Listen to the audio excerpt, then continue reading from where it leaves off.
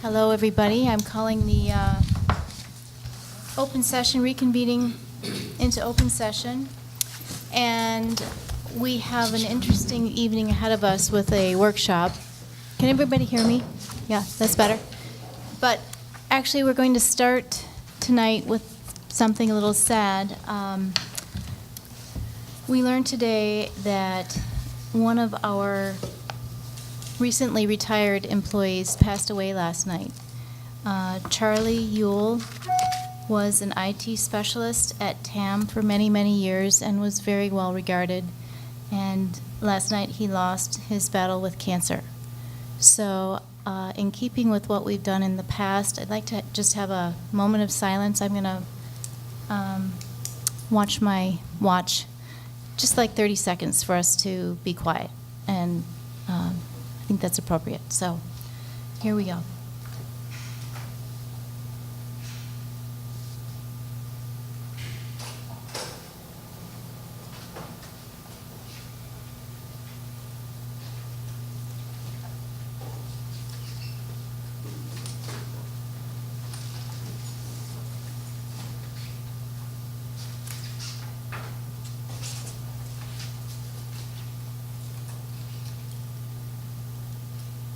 Okay, thank you.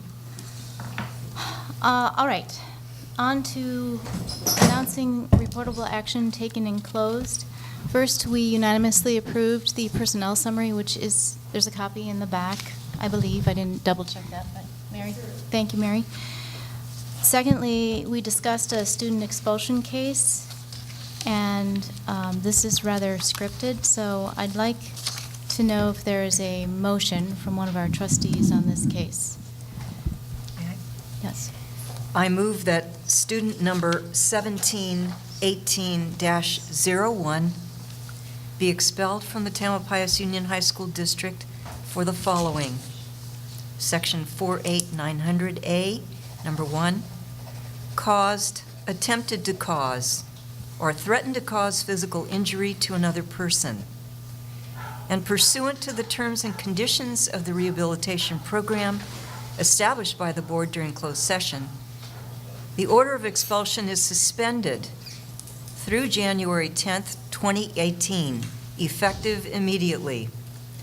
Students shall be allowed to enroll in Redwood High School under a stipulated agreement commencing August 23rd, 2017.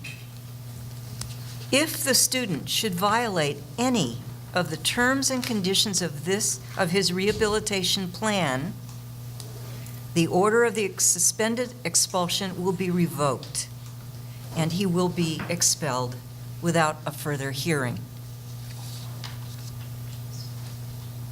Thank you. Is there a second to that motion? Second. This is a roll call vote, I believe. Yes. Ms. Lundgren? Aye. Ms. Owens? Aye. Mr. Futterman? Aye. Mr. Ford? Aye. Ms. Anderson? Aye. Okay. And we also had one more item that we need to report out. In regards to item 4D, the board voted to approve a confidential settlement in the amount of $82,053 for case number 2017.04. That is all I have to report from closed session. So now we need to approve the agenda, including time limits. The personnel summary. I did that. Okay, thanks. Would anyone like to make a motion to approve the agenda, including time limits? I move we approve the agenda. I second it. All those in favor, say aye. Aye. Okay. Now is the time for public comment on the consent agenda. That is every item under 16. Do we have any public comment on the consent agenda? Okay. So now I'd like to talk about the consent agenda, see if we have a motion to approve, and if not, if anyone wants to pull something from the consent agenda, this is the time to do it. I'd like to pull item L. 16L? That's the, let me find it, the field trip.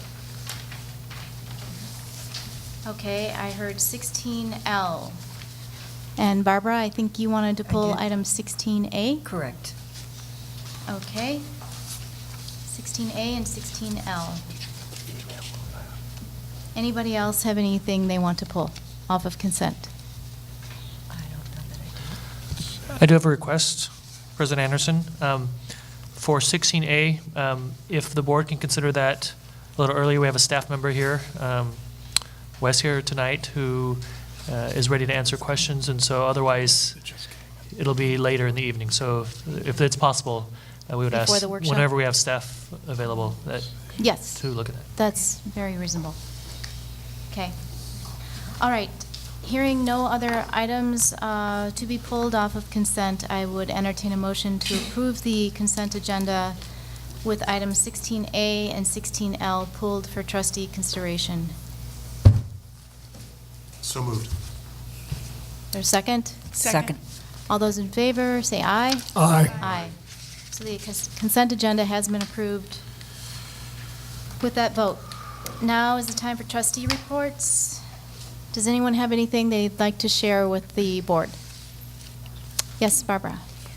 I attended the state SARB meeting with representation from CSBA Bob Turk, who is the fellow who is in charge of the group that writes all the policies.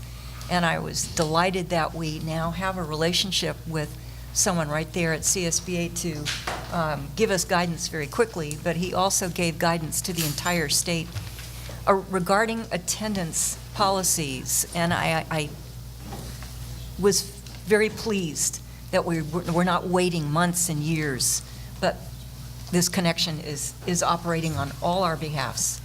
And that's all I want to say about that. Thanks. Anybody else have anything to report?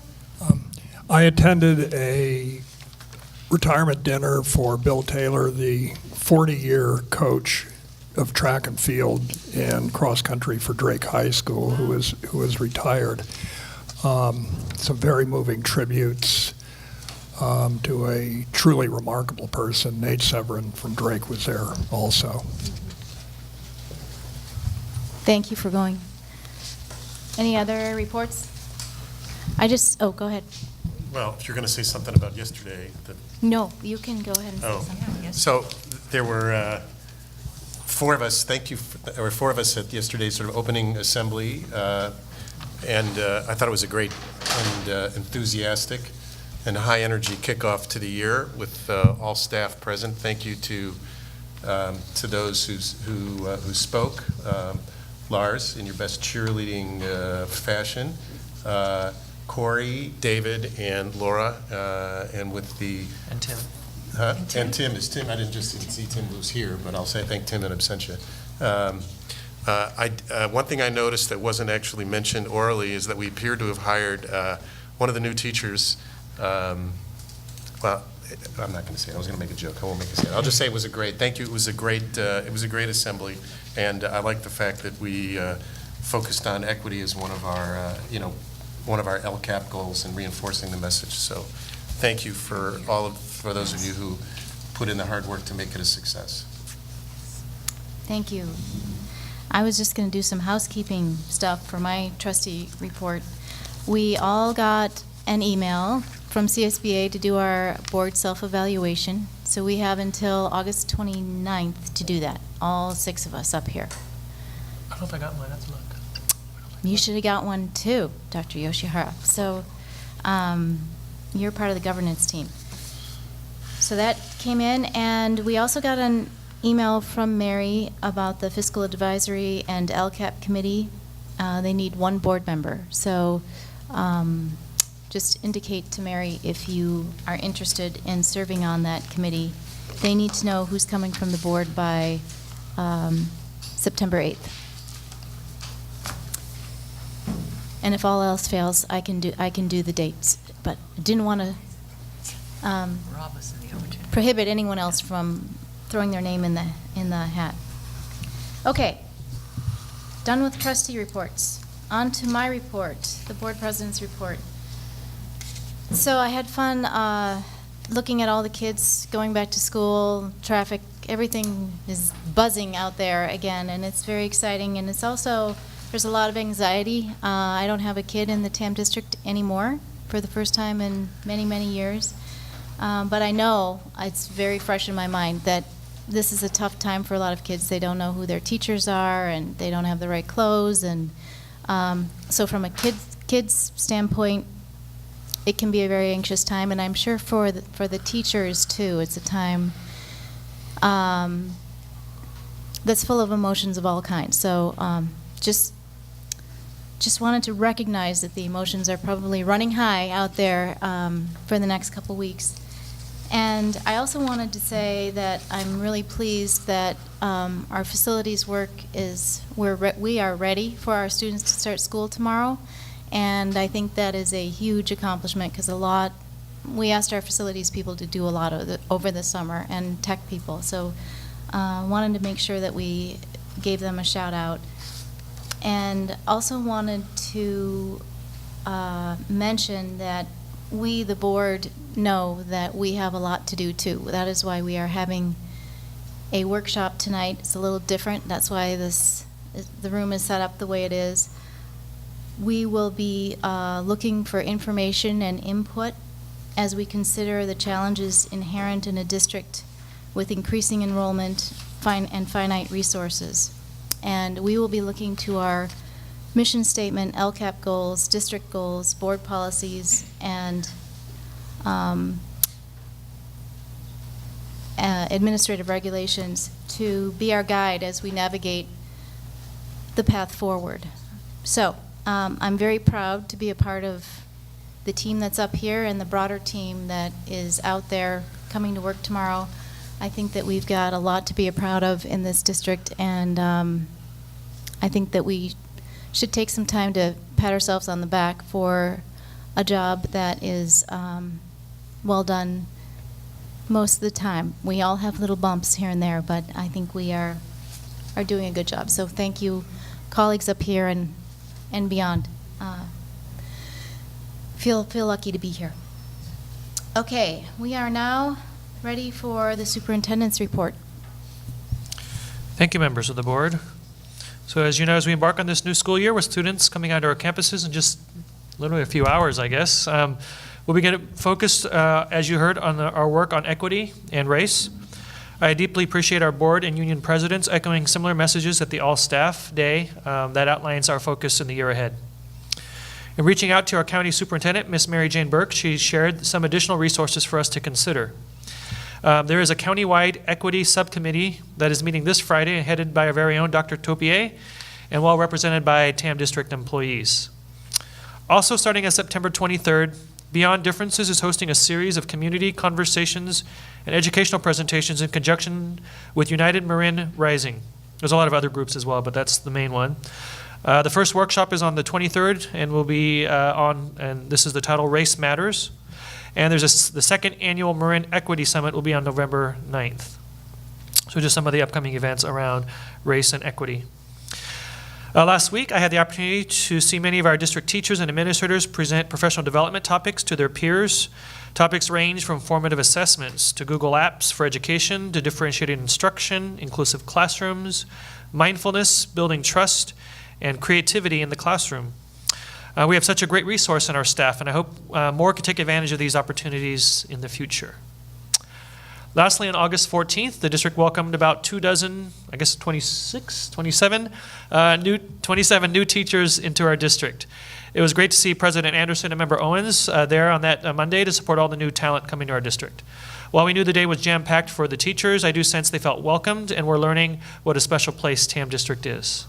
Our next board meeting is 3 weeks on September 12th, where we will welcome the new student trustees. So we look forward to them.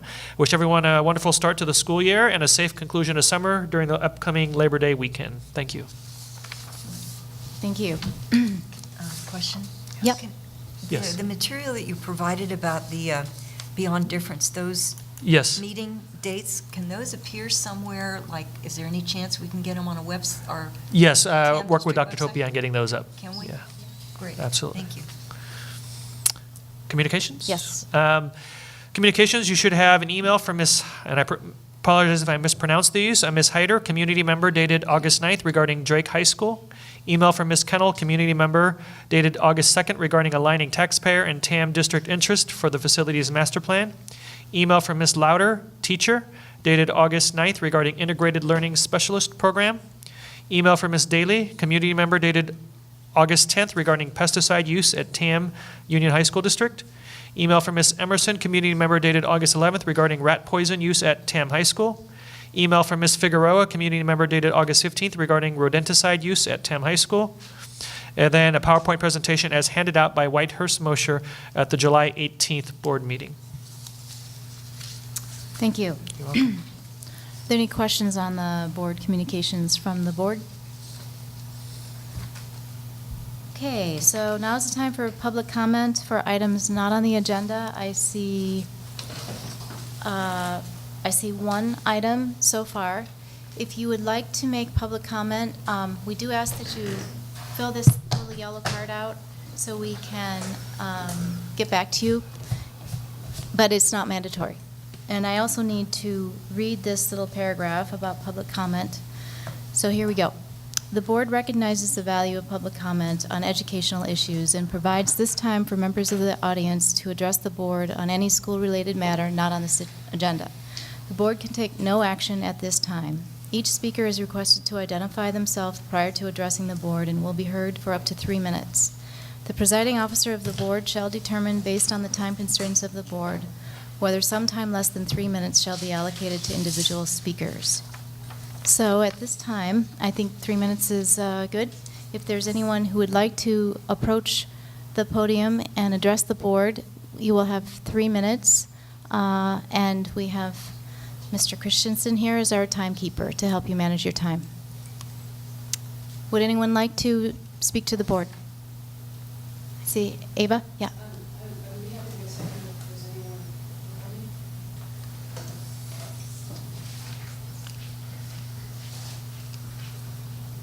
Me speak. I appreciate this. I wanted to just touch base with the board after our last meeting, or the last time I spoke. I received an email from Mr. Davis at Atkinson, Andelson, Loya, Rood, and Rowe, I believe. He's an attorney. He identified himself as having been hired by the district, and he wanted an in-person meeting with me regarding my concerns about the what I see as a lack of access for children to the Tam High Pool from Marin City, where they've historically had access from the 1950s through, as far as I can tell from my reporting, through the 1980s. I got back to Mr. Davis, and I explained to him that I had written quite a bit of detail in the email correspondence to the district, which I took a lot of time to forward to the board, which is tedious. And I would be happy to answer any written questions that he had. He said that that was not acceptable to him and that he needed to meet with me in person. It was very important. He continued to push this, and I finally called him back and I explained, I'm happy to take any written questions after you've read the correspondence. He said he'd read all of it. I asked some very basic questions about the correspondence. He was unable to, he apparently hadn't read the correspondence. He was unable to identify specific points I'd made. And he didn't even understand the name of the high school I was referring to. He continually referred to it as Mount Tamalpais High School rather than Tamalpais High School. Mount Tamalpais High School, for people who are familiar with the county, was a private educational institution that merged with the Branson School. In short, I was disappointed that rather than very simply speaking to me directly, because I've made myself utterly available, I think, to the board, and I've been very patient in all my correspondence. Instead of doing that, I got an associate, thank you, Mr. Christensen, I got a call from an associate attorney, and when I explained to him, I took the time to call him back after a series of emails. I said, really, I would prefer not to meet with you in person, but I'm happy after you read the correspondence to answer any questions. He felt that my polite explanation, apparently the polite explanation from a middle-aged woman, was combative And I said, well, we will be ending this conversation. I received an apology today from his supervising partner, but I would like to suggest that that law firm is not an effective use of district funds. And again, I make myself available to the board should they wish to contact me. Thank you. Noted. Is there anyone else who would like to address the board at this time? Okay, then I'm going to check that off the list. So now is the time for trustee considerations, and I know that we have Wes here who can address item 16A, or we could have Tara first. You guys are sitting right next to each other. Let Wes go first. Okay. I was hoping you'd figure that out between two. Okay, so Wes is going to talk to the board about an item that was pulled, item 16A, which is to approve the contractual agreement with ETR, Evaluation, Training, and Research. And this was pulled by Barbara. I pulled it, but I saw the response just now. Yeah. And those are not my, are they questions from you, Laura? Those were questions from me, and I They're was good busy ones. doing all of this, so Yeah. I didn't really have a chance to. I didn't- So I would love it if you would share Could you? what the answers to my questions were. Sure. The first question was why,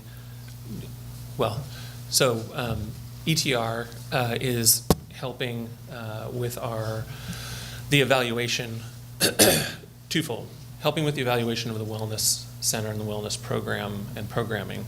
And as well, they have built and are supporting the WISH system, which is the Wellness Initiative Information Hub, which is, as we've explained in previous presentations, is the system that works with eSchool so that our providers can keep student information and the services that they're receiving firewalled, if you will, outside of eSchool, so to maintain HIPAA and FERPA compliance. And then at the end of the year, de-identify student information so that we can analyze the data. So usage, reasons for using wellness services, types of services, frequency, et cetera. It merges with information from eSchool so that we can eventually start looking at outcomes, grade point average, attendance, discipline referrals, those types of things. And we can start trying to make some inferences and also refine the services that we're providing, looking less towards usage and satisfaction in the initial year or 2 years, and more towards trying to get at effectiveness. So they have built that system and support that system. So this year, because we've been up for around 2 years at Redwood, 6 or 7 months at Drake, and then our onboarding TAM, we have quite a bit of historical data that we've been keeping, and our wellness outreach workers and wellness coordinators have been keeping at the sites that we're using either a preliminary form of WISH. A couple people were using that, but a lot of the data has been collected using spreadsheets and even paper logs of services. So the bulk of the hours that Dr. Shields and his staff are spending with this MOU is recouping or bringing in to merge that historical data over the last couple of years into the WISH system. And then going forward, it will all be collected by the providers themselves. And the contract also contains provisions for trainings, staff trainings on how to use the WISH system. So the bulk of it really is that. And then also helping us with survey and data collection next spring and preparing written reports for the board.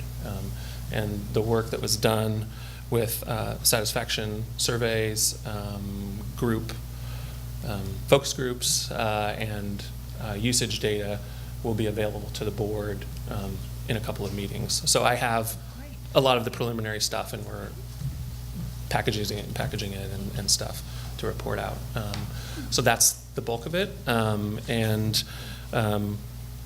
I anticipate that next year the costs, we won't have the same costs for integrating that data. That won't be a factor because we'll, knock on wood, we'll all be using it, and it'll be in the system already. And as we begin to get comfortable and gain some expertise using the system, we can start training our own people and our providers. And so those costs should go down. And then the other piece of it that I mentioned in my response to Ms. Anderson was that there is typically a licensing fee for any online application that we use. eSchool, of course, is our largest, but a lot of the web-based applications that we use for online classroom applications and stuff. But I have worked with ETR to waive those licensing fees. So we are not currently paying for any licensing, and that was done because we are a part of the kind of this 2.0 of WISH. So we are helping them work and refine the product while we onboard it. So that was not exactly all of your questions, No, Ms. I'm Anderson, just, but I'm happy to. I'm not looking at anything fancy here. I'm looking at your response to my questions, and it's so extensive. I really appreciate it. I'm sorry I didn't have a chance to really read it before now, but I did have the question about why it's more expensive this year, and you explained that. We have 3 schools. And we have more We have Yeah. more schools on board now. We had legal counsel vet the Yep. contract. We're happy with Dr. Shields. Yeah, very. And the gate classification, I was wondering why that was in there, and you said that's just protocol. That's old. Gate is still part of state reporting, so it's still buried within eSchool there. So we've made everything that's appropriate available to ETR in order to merge the data from eSchool and WISH. Otherwise, if we started picking things, we don't use Gate, as you rightly pointed out. We'd have to manually go in and reduce that, so it's easier to just do an entire merge rather than pick and choose different things. But it still exists, and we still get kids occasionally coming in from feeder districts or outside the district with Gate classification. It doesn't necessarily mean anything for us, but it does go to the state. Okay, Yeah. that answered my questions. And Barbara, did you have some questions?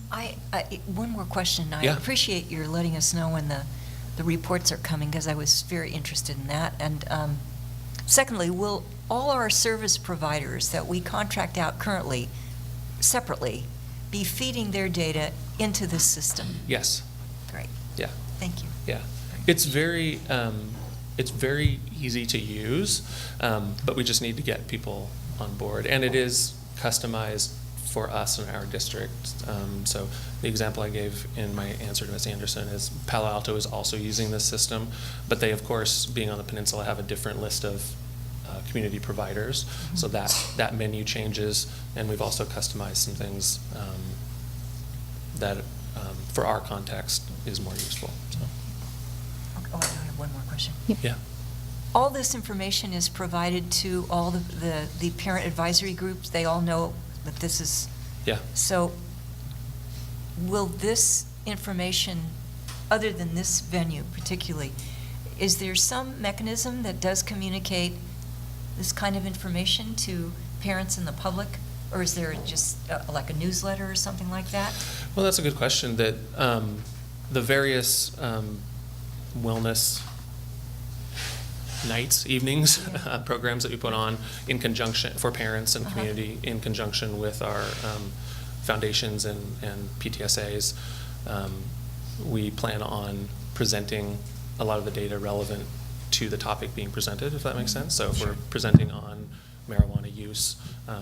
We're going to be pulling in the data that we're seeing from the wellness centers as well. But this is, what you've described here is a lot of work that you have negotiated and worked on for 2 years or so, and I just hope that everyone understands the work that was involved and what you've accomplished.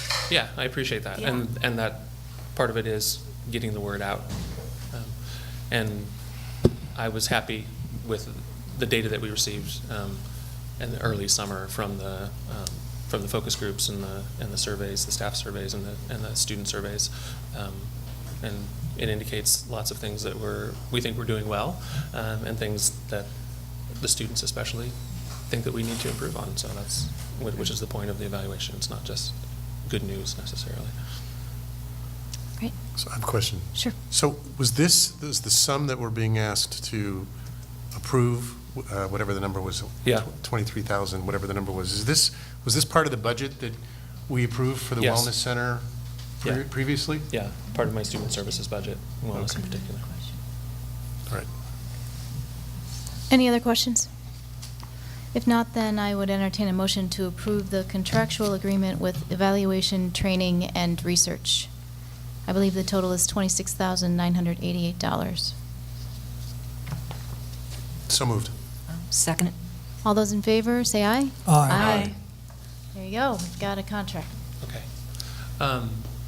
I don't know if, I wasn't here for the last meeting, separate topic, but the board policy and AR for administrating medication, I understand there was a few questions, and I'm happy to answer those questions if anything came up from that. It's not. If it's not on the agenda now. it was on consent. Okay. It's on consent, so Okay. I think. So if anyone I has think any we were questions good. privately, please Yes. email me and I'll. Thank you happy for to making provide you yourself with questions. available. Yeah, we're good. We just passed that. Okay, so now we're back to number 15, where trustee considerations, and it's Tara's, Dr. Topier, report on goals. Good evening, everyone. So on the eve of our first official day of school for students, I thought I'd give you an update on where we stand enrollment-wise compared to projections. So, Mary, do you have the, thank you. Thank you. So what you see in front of you is just a quick spreadsheet. You can see current enrollment. That was their enrollment captured as of today. That will fluctuate over the next couple of weeks, likely to go up at all of the sites slightly. That's been the pattern over the last couple of years. And then the next two columns are projected enrollment. The first column of projected enrollment was from the Enrollment Growth Committee work, which was predicated on work the district had been doing over the years with our feeder districts to project enrollment based on their enrollments. Then we also have projection from the FMP, the Facilities Master Plan. There were some slight differences, and we give you both because of those differences and because during the FMP process, we were not able to get full cooperation from all of our feeder districts in that process. But as you can see, they weren't terribly off. And then that last column, you'll see the difference. So the first difference is between current enrollment and the projected enrollment from the Growth Committee. And then the second number would be the difference from current enrollment and the projection from the FMP. San Andreas currently at 72 students. That is pretty typical. They start a little bit lower. We anticipate they'll be at least 100 students probably by October. Temescal will probably grow slightly also. That tends to be the trend. So depending on which of the projections you're using, we're either 41 under or 5 over. And what I would like to point out is in Drake in particular, their number for this year was consistent. Last year was a bit of an anomaly where they were about 22 students under the projection, and so that 22 students carried over into this year. That gap never closed last year. So this year's projections were a little closer than last year's. So we are in the ballpark of what our projections were. None of that is a huge swing, and we will see. We will take a this is an awful term, but this is what they call it, a warm body count, on the 8th day of school, where we will capture true numbers and we will have more accurate attendance data. And then for seabeds, for our California longitudinal information, we capture our formal attendance in the beginning of October. So we'll have updates on where we stand compared to projections in those days as well. Does anyone have questions for Dr. Topier?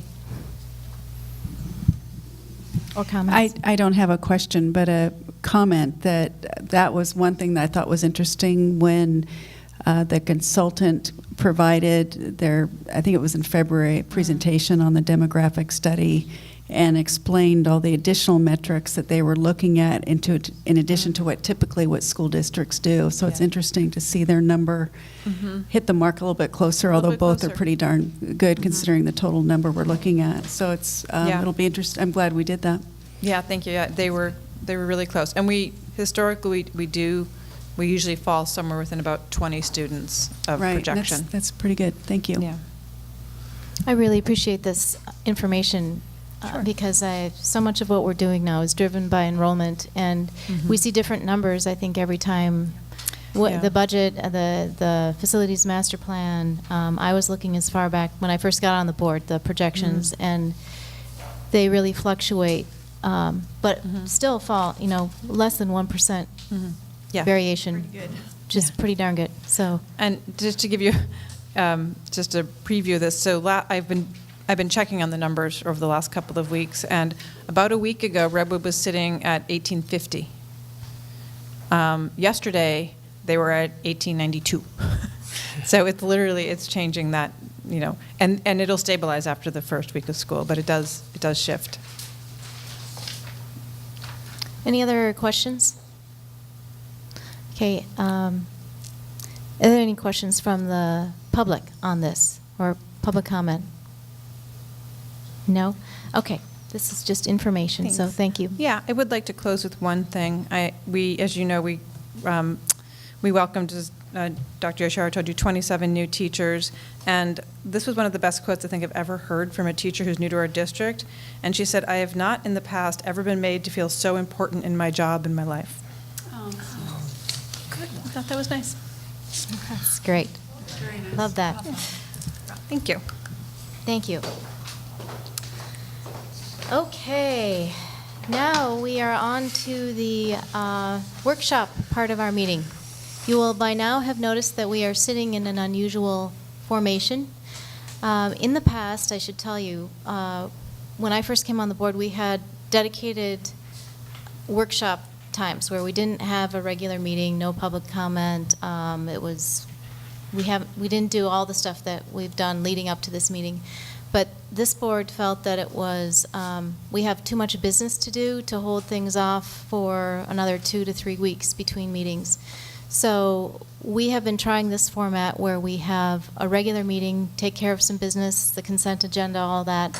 But we try to keep our trustee considerations very short so we can really dive deeply into something that we need to have more time to talk about. So this evening, we would like to spend a lot of time talking about information that we have received up to this point on our enrollment, the implications of increasing enrollment in the district. And in particular, have a chance to talk about a parcel tax and/or a bond, when we might consider doing either one or both of those, and just giving ourselves some time to take a breath and synthesize the information that we have received. So that is the nature of this workshop. I have a little script here that I wrote up. So we can't violate the Brown Act by talking about any information outside of a public meeting, which is what this is. So two of us, my clerk, Ms. Lundgren, and myself, and our superintendent, Dr. Yoshihara, got together and tried to think about what would make this an effective use of our time. How could we make this workshop go? And we came up with an agenda, which is right there. And this is sort of the format that we're going to follow for the next hour and a half, maybe less if it doesn't take us that long. And I will see how it goes. We did not hire a facilitator to do this. Yes, Mimi was very happy to see that. It might not be a beautiful thing for you to look at, but it might, we might actually do okay. And so we're going to forge ahead. This is what I wrote down that I was going to say. I should not go off script because then I ramble. So we are a basic aid district with growing enrollment and a structural deficit. Over the past 2 years, we have diligently gathered information and taken steps to address these challenges. Now, we need to have a dedicated discussion to sift through all information presented to date so we can give our superintendent better direction on what we need from the superintendent and his staff to continue our progress.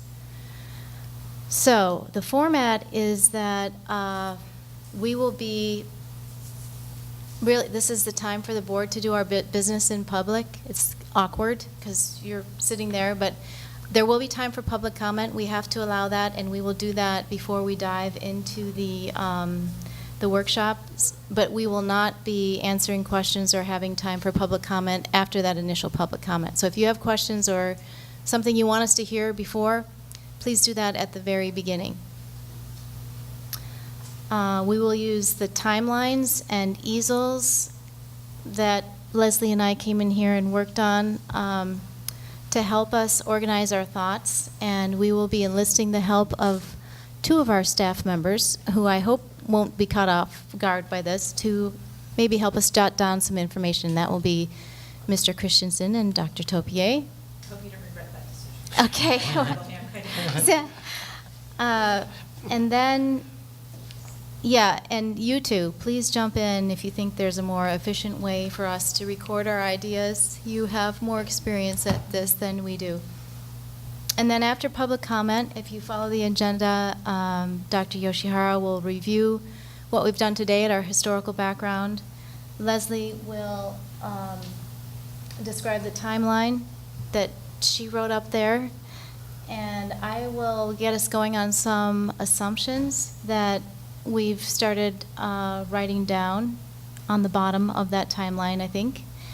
And then we'll get into the meat of the workshop where we actually talk about the parcel tax and the bond. If we do either one, when, what kinds of things are going through our heads.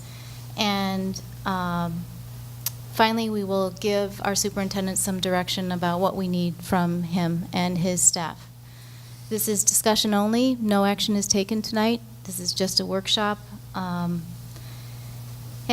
with that, I think I will now go ahead and ask for public comment on this topic. And Mr. Christensen will help manage the time. Yes, go ahead. Could you please step to the podium? And it's 3 minutes, and state your name, and you know the drill. Hi, my name is Laura Effel. I live in Larkspur. I have 2 basic comments tonight.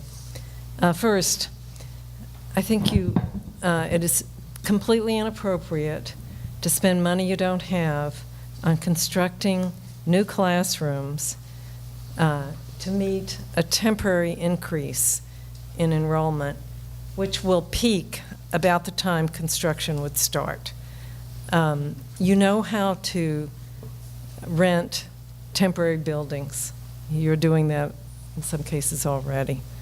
I'm sure the teachers, even if they don't like it, would rather you not take it out of their pay. My second comment has to do with the facilities master plan. I happened to run into President Anderson in the neighborhood recently, and she commented that she thought the process that you've been going through was appropriate, that it was really what needed to be done, and it was progressing the way she thought it should, that every school district needed to do a facilities master plan every 5 to 10 years.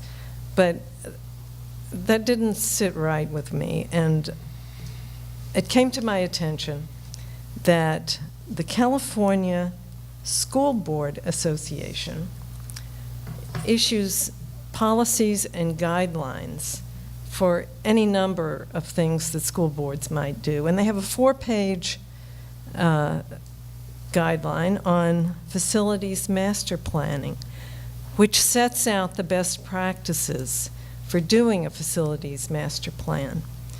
And even though I'm an amateur at this, it is glaringly obvious to me that these guidelines were not followed. And you might consider making a malpractice claim against the consultant who did this for you. This was done so badly. And I've only concluded a few things that were obvious to me that were done inappropriately. There's probably other stuff in here that I haven't even dug out yet. And I would bring this to your attention. I can email you the link or send it to Mary. And I recommend that you take a look at this and compare it to what's happened here. And I think you'll be disappointed in what you have. Thank you.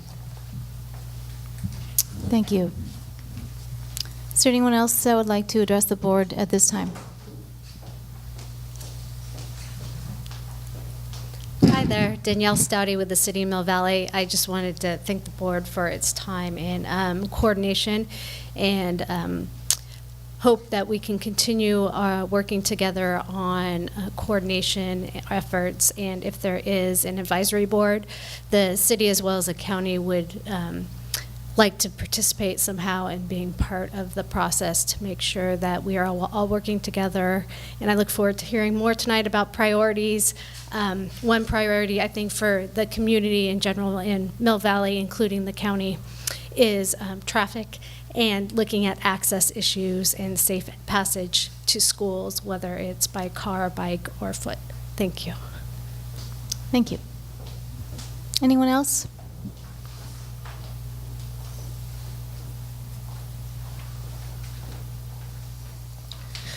Hello, board members. It's Barbara Solomon again.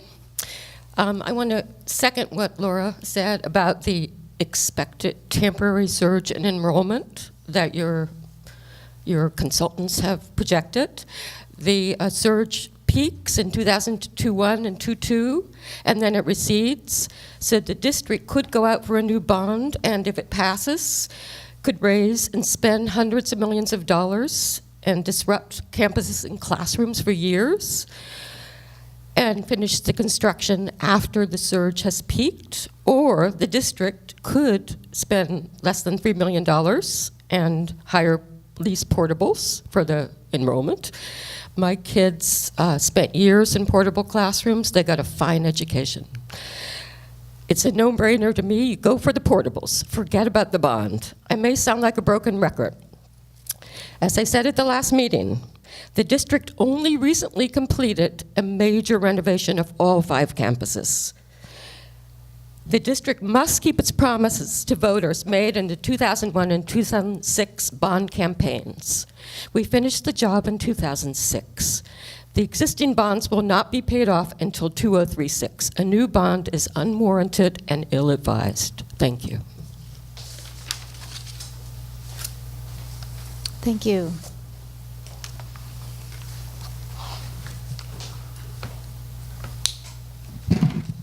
Amy Willard from Kentfield. I'm super glad that you are holding this workshop and taking the time to think about priorities. I also kudos to whoever did this timeline here. It's quite impressive. It's visually appealing, and it really kind of brings the matter at hand into, I think, pretty sharp focus. And when I looked at it, I thought, well, it's really good they're having a workshop, but actually answers right here on the wall. And what this tells us is that you really got to deal with your operating deficit first, because at the rate of operating loss of $3 to $5 million per year by 2021-2, you're going to be down to the very base that you don't really want to be at. And your current parcel tax, if I'm correct, expires in July of 2021. And if you look at what happened in Kentfield, their parcel tax failed the first time. So if you have to go for parcel tax, you want to go for it in 2018, with their fallback being 2022. And you know, all this stuff that relates to the bond just falls by the wayside once you go through that calculation. So I think that it would be smart if you were to come out of this meeting with directing staff to do two things. One is identify as many cost opportunities as possible, maybe up to the $3 or $5 million range, just in case the community isn't receptive to a parcel tax or parcel tax of the size that you're contemplating. And number two, to be directing your staff to think about how to house the interim enrollment, whether it's portables or whether it's, say, moving this district office over to the corporation yard and doing something with these facilities. I do think it behooves you to give Larkspur immediate notice of that possibility, because I understand that they have the right to being notified.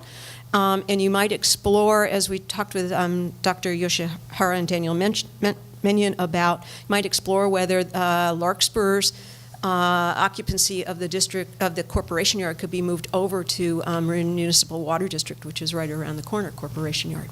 Thank you. Thank you. Would anyone else like to address the board at this point in time, before we get into our workshop? Okay, thank you, members of the public. And now we're ready for our workshop. So, first I'd like to invite Dr. Yoshihara to give us some historical background on what we have done to this point, and that will set the stage.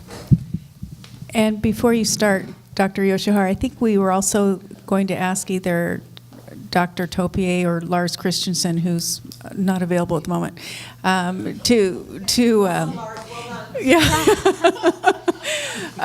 the main thing, we just wanted to make sure we didn't lose the nuggets. So as he speaks to the outputs and what we learned from the work, if you could jot it down so it's fresh, and then we'll be able to look deeper as we need to.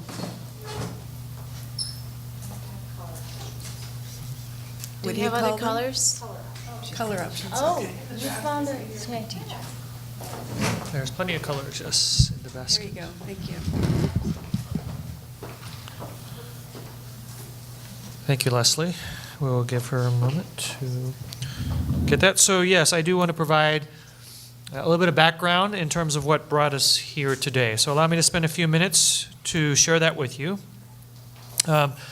For members of the public, certainly who have been following the district for some time, these should come back as I go through them. So 2 years ago, the district embarked on a budget study process that was composed of 35 members representing teachers, classified staff, administration, parents, students, and community members. We had a series of meetings that was held over a number of months that culminated in the recommendations that were represented to the board back in March of 2016. Under the board agenda of that time, you will see the PowerPoint as well as the recommendations that were put forth.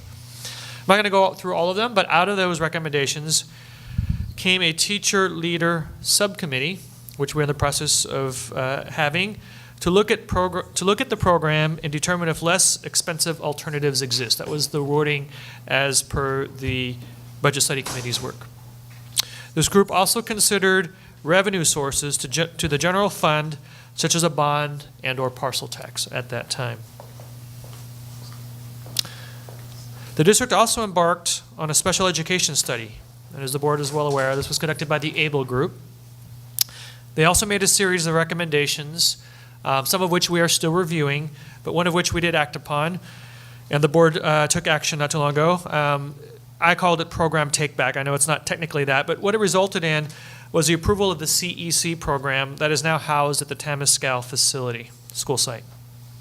By making this a local option for our students, we do anticipate saving roughly $400,000 this year and then possibly upwards of $500,000 in the out years when fully implemented. As we get into the budget tonight, I do want to put a caveat that this is not in the budget at this point yet. As you know, we budget conservatively, so our Director of Fiscal Services will meet with Ed Services to figure out exactly what we will budget as a savings in the out years. But obviously, we had to wait for that to approve back in June. Daniel was well into the budget at that time, so it isn't, if you're going to say, well, where is it in the budget? It's not in the budget yet, but we do anticipate significant savings from that program. It doesn't take away from the information that was shared. From the Budget Study Committee, we also made a decision to close the print shop and shift the printing resources to other areas, including online and other push technology. In June of 2016, another committee, the Enrollment Growth Committee, made a presentation to the board. This committee was composed of 17 members representing teachers, classified staff, and administration. This group discussed the enrollment growth numbers and options to mitigate against that. They explored the collection of developer fees, reviewed bonding capacity, and considered doing a new facilities master plan. The most current plan at this point was done in 2002 and updated in 2006, as the board heard. As such, it was at that point already a decade old. The group also discussed alternative schedules, meaning school schedules, online blended learning courses, classroom utilization, and class size. At this time, the district did begin the process of collecting developer fees, as the board is well aware. This process of collecting revenue applies to any new construction or modernization of an existing structure. The district had heretofore not collected this and had to work with all our feeder districts to come to an agreement on a structure for collection and terms. This has now been accomplished, and we anticipate about $60,000 coming in annually that supports capital costs for the district, including the portables that are coming in our sites. I do know that this number has fluctuated somewhat. I think at one time it was reported as high as $200,000. Again, I do need to work with fiscal services on this number. It does vary by year, as you can imagine, if there's any major project going up, such as the so-called Wind Cup project, which we did miss upon, which had significant revenue sources. Last year, I was told it was in the 160, 180K range. Last year, and this year, just to give you some perspective, we've only collected $3,000 so far. So again, we want to be careful to not overassume and put in revenue that isn't going to materialize. So right now, we feel safe at $60,000 in revenue on the developer fees. Could be more, and if so, we'll adjust at first interim. The district also started the process of developing a facility master plan, as the board is well aware, as per the work and recommendations of the Enrollment Growth Committee. The Facility Master Plan Committee was formed early in the 16-17 school year. The group met with stakeholders across the district and had community meetings to share the work around what was expressed by the participants. This resulted in a draft document that has been shared with the board and available on our website. I know we may talk about it later, but Section 4.5 lists the stakeholder priorities, and Sections 5.1 to 5.5, Section C, lists the principal's priorities. This past summer, we brought 7 portables onto our campuses, most of which were for growth. The cost for this and upcoming growth needs was budgeted at $3 million. The district judiciously saw this coming and planned for it by using general fund dollars. We continue to replace fields, add restrooms, install HVAC, implement solar options, and update classrooms with general fund dollars. At the same time, as shown in the handouts tonight, the dollars per students that we can provide continues to decline. This affects the quality of services which we can provide, and in a community that deserves the best, we want to maintain what our parents and students expect. That's the background I have leading up to tonight. Thank you. Thank you. Appreciate that. Okay, now we have on the agenda Leslie stepping up to explain her beautiful timeline. Well, thank you, Mimi. Thank you. This will be short. Actually, all this information we received through Dr. Ushihara and a couple of the consultants that you brought to us last year at meetings, and it's just placed here to help frame our discussion today. And as Dr. Ushihara was saying, we all realize that this is a forecast and there's some variability and uncertainty, but the magnitude is so large we can't ignore it. So the top lines, you can see where I'm standing. This is today, basically year 0. We decided to do it by years because this is kind of a high-level meeting. We weren't going to break it up into whether we're looking at a June or a November potential ballot measure. The next line is, actually the third line is the net reserve. And just want to caveat that in October, the board reached consensus. We didn't take an action, but we reached consensus that we would go as low as 15% net reserve. Somewhere between 15 and 17% was our preferred level of comfort. And so we look at the projection, and as Mimi pointed out, when we look 3 and 4 years ahead, we're rapidly, potentially, we're declining. And where we really get into trouble is year 5. But clearly, year 4, we better have all this figured out. These little stickies, what this represents is what we've heard from more than one expert that Dr. Yoshihara has brought to the table, and that is that optimally, if we were to go out for any bond measure, we don't want to go out any sooner than 2 years apart. One advisor said we might be able to push it to 1.5 years, but for today's purposes, the 3 of us decided we'll just stick with 2 years, but we have stickies if you want to change it. So looking at today, we're assuming that it'll take 12 to 14 months to prepare if we were to go out for a bond or parcel. And that's why here we went out for a bond, as Mimi pointed out. We also know that we did hear that best case is that you break ground 3 years after you get the funding, after the bond passes. So that would take us to breaking ground at year 4, which is already a pretty tenuous period. If we were to go out for the parcel tax, the money becomes available right away. But still, then you'd have to march out the bond to year 3, and that means we'd be breaking ground well past this negative 10.8. So it's just something to consider. Laura, did I miss any other assumptions that we use just for purposes of the timeline? I think those are the main ones. We're relying on the enrollment. This area here also is where we see the peak enrollment, and we did actually already cover, correct me if I'm wrong, but we did, out of our own budget, we have covered we're pretty close to covering the enrollment growth in terms of the portables, but there's other aspects to it. So I just wanted to clarify that, because somebody mentioned that in the audience, and you'd recommended that with one of your committees, and we went forward with that. Can I just add 2 comments? Yeah, just jump in. This is so, supposed to be free form. As we go through this, it's important to note, in 22-23, as people are aware, part of the large reduction in that year is the drop-off of the parcel tax. Okay, so that'll be in excess of $10 million. So we don't assume that anything is going to happen or pass, so we do drop that out of the revenue. So that's a significant end. So 2022, 2023, that large drop that you have at minus 10.8% at the top, parcel tax is now pulled out of the revenue. So that's a factor in there. And then these numbers that you see up here are based upon the June 30th budget. That was June 20, whatever date that the board approved for the budget. We had discussed possibly bringing in updated numbers, but the board will soon see the unaudited actuals in September, so we didn't want to confuse the public and have multiple sets of data coming out. So the board will get the unaudited actuals as planned at the September meeting, and so therefore we chose the June 30th for those projections out here. So people will say in a couple weeks, well, why do you have new projections? Well, you got the next major reporting period. And the same thing with first interim in December. So. Okay, I think we covered the most important assumptions on those are in pink on the bottom in case you didn't pick that up. And we can add to that if something else comes up.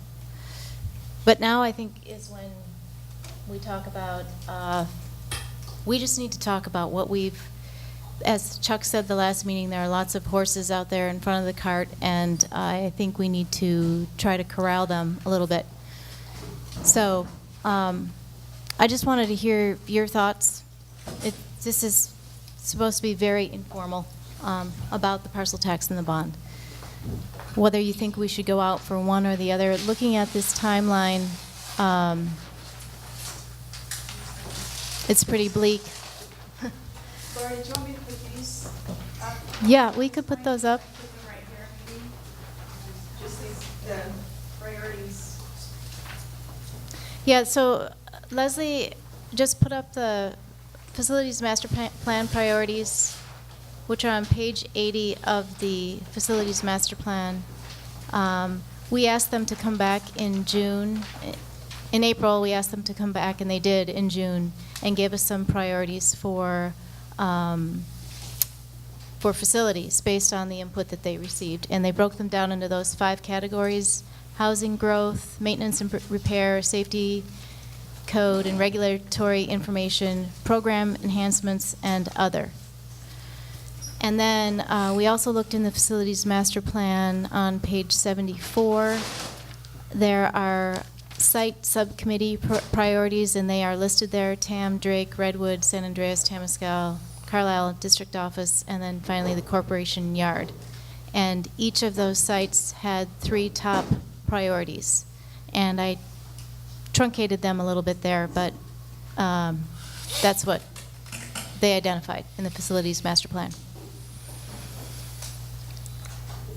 And you know, the function of this workshop is not to come up with a dollar amount necessarily for parcel tax. We just know we need money to cover the structural deficit that is highlighted up there in the reserve amounts that keep dropping.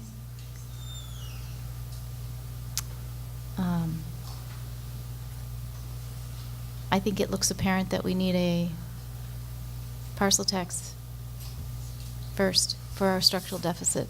And we've been talking about that since I was on the board, that we have, because of the fact that we're basic aid and we are seeing increasing enrollment, we need to figure out how to pay our bills. Our operational situation is full of red ink. So that is one of our responsibilities as board members, is to manage the taxpayers' funds. And I can, just to add, the chart on the left, as Laura said, is from page 80, and in part it came from feedback that they received when we asked, we need to know what the must-haves are. I think that's how Laura put it in the meeting.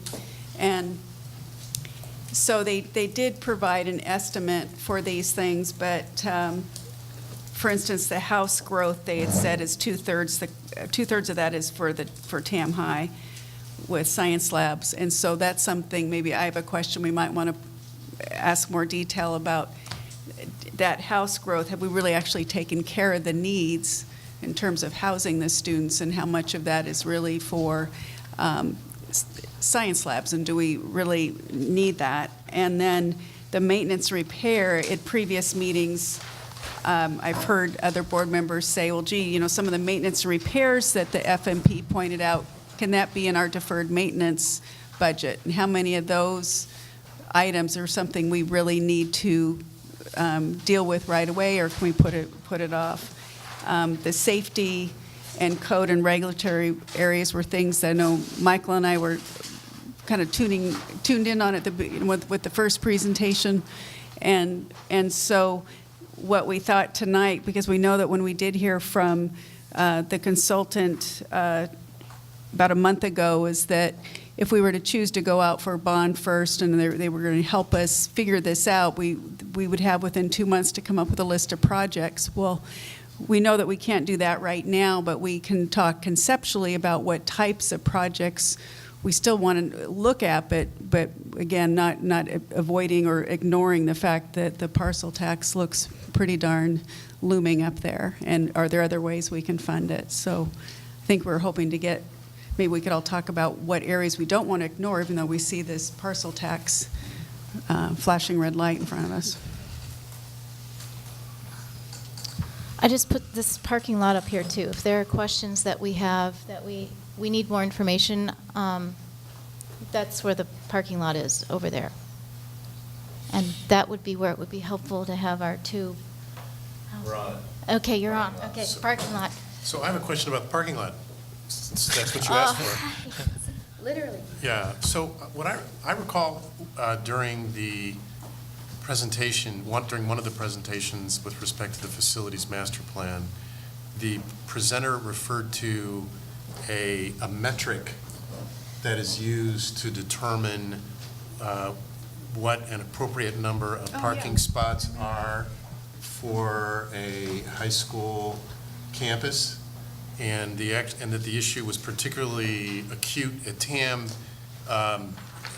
because of the combination of the enrollment growth, the current number of parking spots, which is apparently less than is optimum, and the spillover of students scrambling to park on the streets around the campus and the associated safety issues with that. But what I don't remember is the metric and what has gone into that metric. I remember that there was a woman who attended the meeting who was a bicycle, I think a Safe Routes to School advocate, and she said she was surprised to get up and say that she supported the need for having more on-campus parking because it wasn't something that she would generally expect to conclude.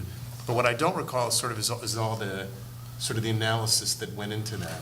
So I know that the discussion about the parking structure is, you know, publicly inflammatory and so forth, but I think we need to dig down into what those numbers are because there's some real sort of safety ramifications, and I just don't, I don't recall sort of what the. I found something that might be helpful. Right. In the facilities master plan, 5.1, Tamalpais High School. You got a page? Yeah, that would be, I don't have a page. Why is there not? Bottom right? 5.1. A 5.1, Lower right, should be. Yeah, lower right. 5.1 is 87? 89, 88? She's on the aerial views. There you go. I have an aerial view, and in the lower left corner, on this page that I'm looking at, it has parking calculations. And it says the CDE standard is six spaces per teaching station. And that indicated that we needed a lot more parking than we had. So is that what you were referring to? I don't remember. I remember that he. I do remember too. I remember he specifically yeah. addressed the issue of you know, an appropriate metric, which obviously, I suppose, depends on the campus and the access to public transportation. I'm sure there's a variety of things. But if that's what you mean, I mean, that seems to be, right, this says that we have 208 existing total spaces on the TAM campus. The standard that he referred to, CDE, I assume is California Department of Education. Right, says, this is really testing me here, 486? 486 is what I get. 486, and that the master plan, the suggestion, if we built what the master plan contemplates with respect to TAM High School, we would have 300.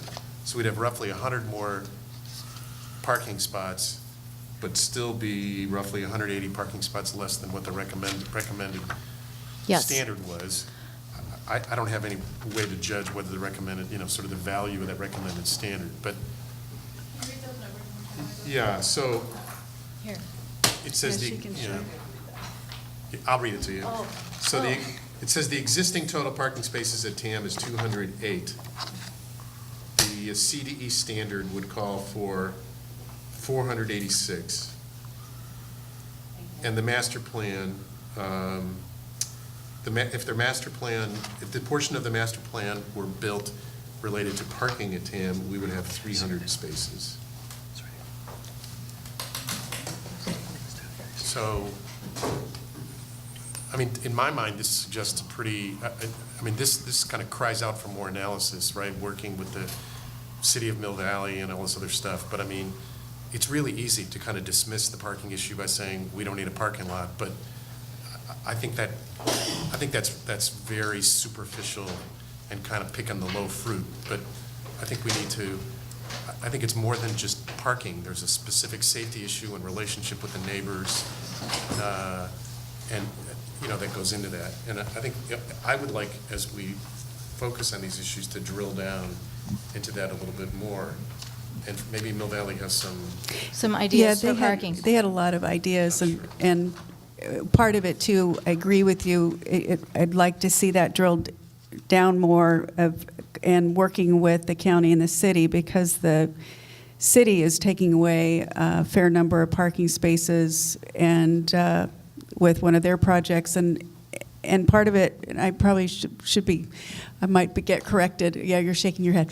The way I understand, it's more of an effort to get people to start behaving differently and to walking and using their bikes and not rely on cars everywhere they go. And so some of the streetscape project, I believe, is being developed to enhance people being able to move around and be less of a car driving city. And then in addition, there was discussion about having drop-offs further away from TAM rather than at TAM, and then taking a shuttle. There's bike to school, all sorts of programs that don't just involve only adding parking, that we could collaborate with them to kind of change the mindset of our students. Make it cool again to ride your bike, and multiple things. But I agree with you, Michael. It's not something to dismiss. I don't think that. But I think you're right. We need to. It definitely needs to be more of an analysis and collaboration with the city and the neighbors on this one. It's definitely listed under the site subcommittee for TAM as one of their top priorities is parking and drop-off. And both TAM and Drake listed performing arts buildings as a priority, if I'm reading that right. And Redwood, right? And Redwood, all three of them, yep. I just, as much as sorry. I forgot. Okay, as much as I honor and have witnessed and enjoyed our students in performing arts, given where we are right now, I'm just not seeing it. I think there are other avenues of funding sources that we can explore to provide performing arts with perhaps opportunities that come through other funding sources like grants and such. I don't want to abandon their priorities in that sense, but I don't think we're at a place where the construction costs and so on, and I just don't, right now. It may be a priority, but it's going to have to it's going to remain a priority for a while. I don't see how we can ignore $10 million. We've got, if this parcel tax is expiring what feels like very soon. So it seems to me that we have to find out from the public whether or not they will be willing to continue a parcel tax, one that they've been paying on, because $10 million is a lot of money. And for us to lose $10 million, we're not talking about the programs, the staffing, the maintenance. We're not talking about any of that kind of level of performance for anybody with that as a drop in our budget. Then we're looking at a different place. So that's, you did a wonderful job and you put in a lot of time to help us all see this. And that's what I see.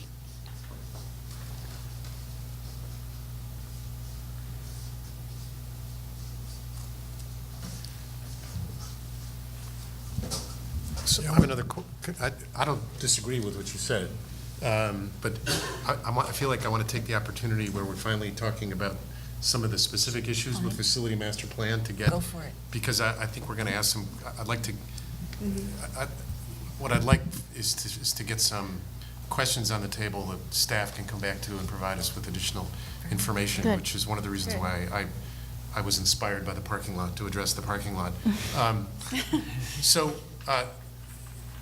what I would like to know more information about is the science, our science facilities, science classrooms, labs, and to what extent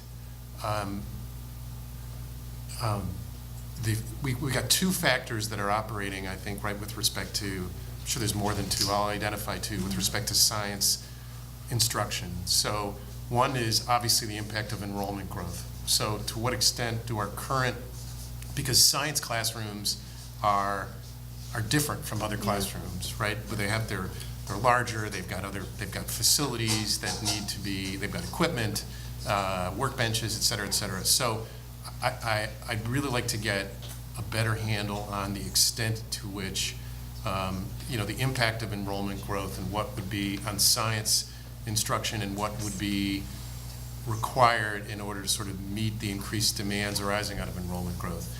And then the second factor that's playing into this is we have this next generation science standards, which we're adopting, right? We've had some great input from both from staff and the community with regard to that. We're talking about starting with, we're talking about increasing our graduation requirements in terms of science units. We're talking about starting with physics, in the 9th grade, I think, right? And so to what extent do our current facilities meet the needs of the changing demands arising from the next generation science standards? And then if there's other, issues impacting sort of the science that I mean, those are two that I can identify as being, sort of really specific and sort of timely sort of drivers to that.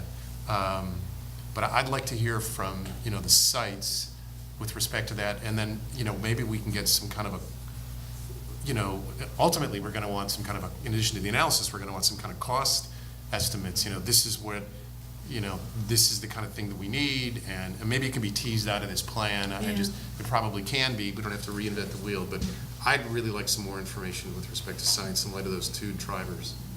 We'll do that.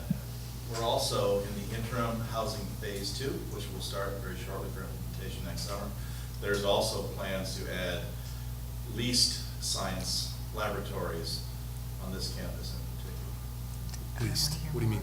Like we just did the, leased rented. portals. Yeah. Oh, okay. Leased, S-E-D, not S-T. I have a question too that I would like to understand a little better, and it's not a very popular question, I don't think, but has to do with the whole peak of enrollment and teachers being overcrowded. And my recollection was that we do have enough portables to cover that peak enrollment, and there was discussion that if we had gone ahead and built additional buildings, that was a big if back then. That was before any decisions were made. I thought there was discussion that once that peak enrollment passes, the teachers will have more room than they do right now, because it's hard on the teachers to have to share rooms and not have their own room to meet with students, work on their lesson plans. So here's my question, and I just would like to understand this better, because that is a common issue in other lines of work too. There's been a movement to people that are used to having offices suddenly are sharing cubicles. People have a central place where they can go make a private phone call.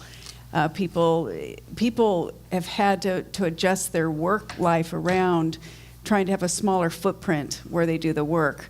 I want our teachers not to feel cramped, but is there any room for adjusting the way they do their work? And so that's something probably the two board members that are former teachers could chime in on, but it's more of a question and an ask to just consider that, because it is a common problem, not just in education, with people having to work with less space, and it's a whole different way of trying to work. So I hope we can engage the TFT in that conversation, because I've been out of the classroom for 10 years, and that's a long, long time.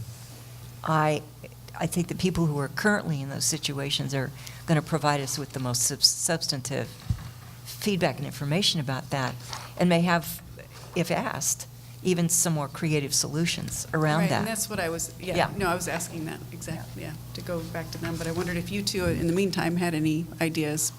No, I think I said at a previous meeting that, science is the really tough one, because Yeah. you've got your stuff. That's right. And Yeah, you can't you go- you have it's a not place portable. where your stuff Yeah. is, and then, Okay. Teacher X does, it's Teacher X's room. Then Teacher Y comes in and does something with that stuff, and then Teacher X can't find it, or Teacher Y can never find it in the first place. And you've only got 5 minutes, a passing period, to set up a lab. I see. And to clean up, to get the old one cleaned down. It's really tough, when you've got English, when you've got social studies, it's a whole lot easier. But with science, it really impacts the instruction in a very negative way. No, thank you. That's an area I would like to Yeah. delve into more. Tara, will we have, because you've already talked about this, or in the, I think it was the Enrollment Growth Committee, talked about different ways of school time structures. Is there more talk about that in terms of, for example, I remember when we offered service learning, that was offered at night. And those kinds of programs can be offered at other times. Now, to what extent they're going to make an impact, I don't know. And it might be useful to know that, because I know you're talking about that kind of thing. We are, and I can share that this year, Redwood is actually running a 0-period chemistry. Now, kids were not allowed to add an 8th. That counts Right. as one of their 7 periods. And that was largely as a way of trying to mitigate impact on chem rooms. That's going to be one of our biggest needs, to Michael's point, when we adopt next generation science standards full board, every student will be required to take chemistry. The chemistry rooms require gas, they require hoods, they're a very different structure. And so we are looking, they're offering the choral concert class at night here. So they are looking. What that means is you also have students who have holes in their schedule in the middle of the day, which we tried to avoid in the past, but right now we can't. So that's increased supervision on your campuses.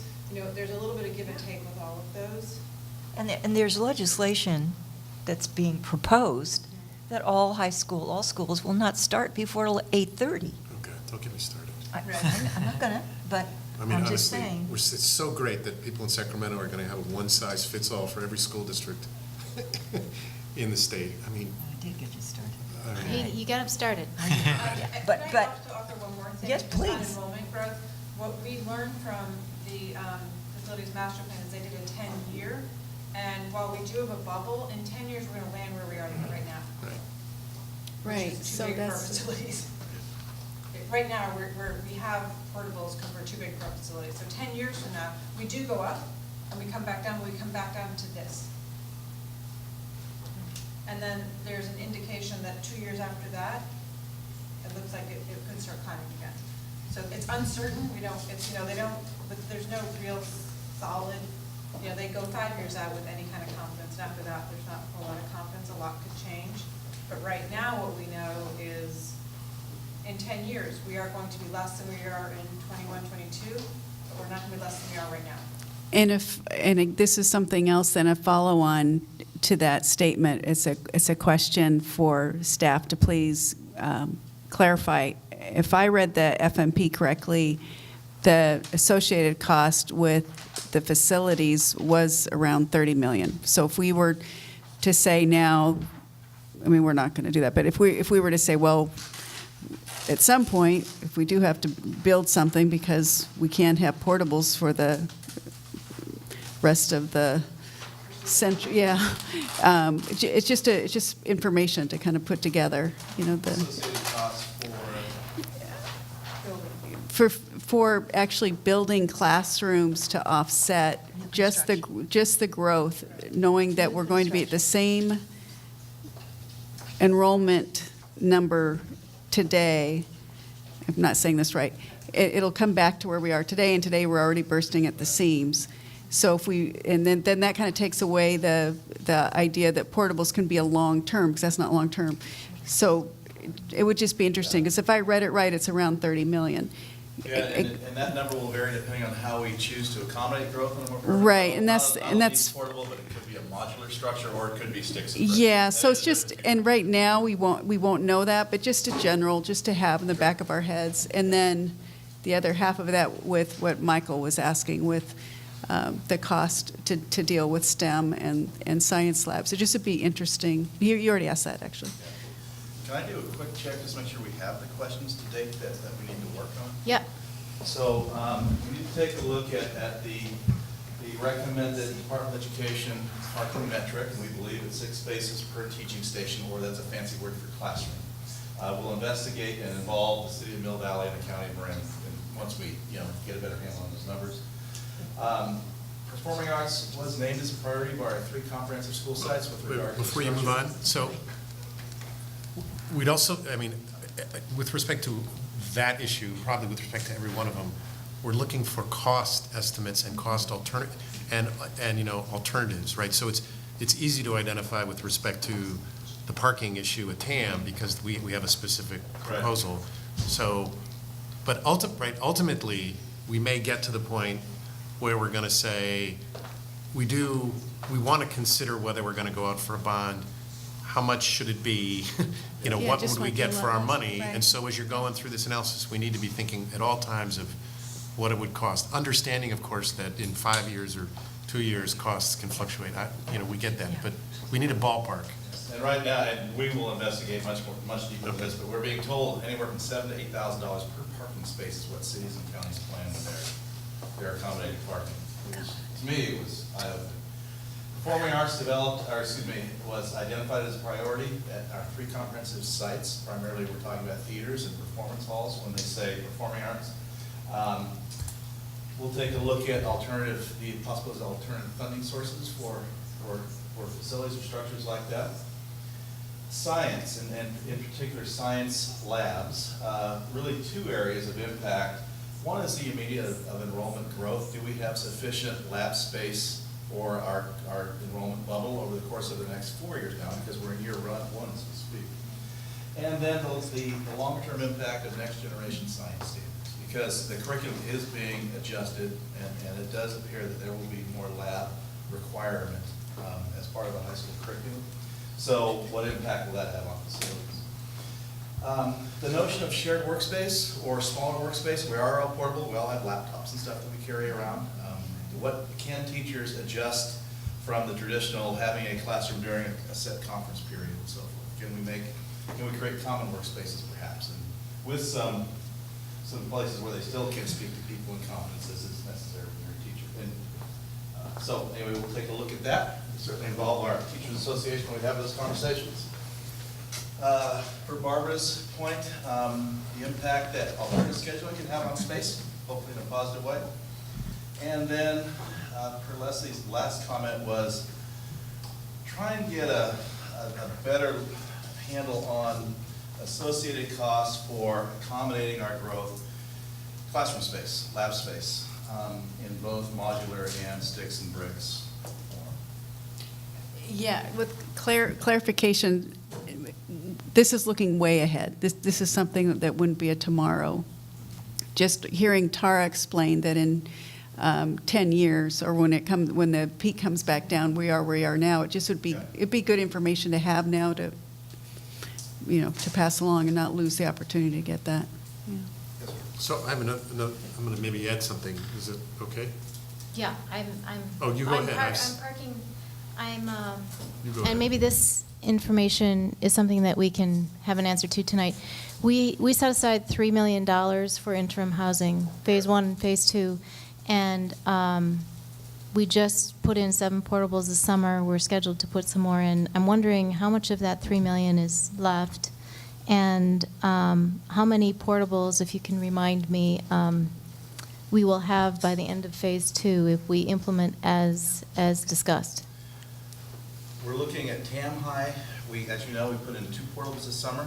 We're looking at 8 portables next summer. Redwood High School, we put in 3 portables this summer. We're looking at a minimum of 10 and 2 bathrooms next summer. 10 more? 10 more. Drake High School, we didn't put any portables in there this year. We're looking at 2, maybe 3 next year. Certainly, for sure 2, maybe a third. We're not quite sure about that third yet. Tamalpais High School, we're built out. We have 1 portable to accommodate their curriculum, and then we have the CEC portable that's not associated with growth. And we don't plan on adding any portables to San Andreas. And Drake, did you see Drake? Drake, 2 for sure, perhaps 1 more after that, but we didn't do any this summer out there.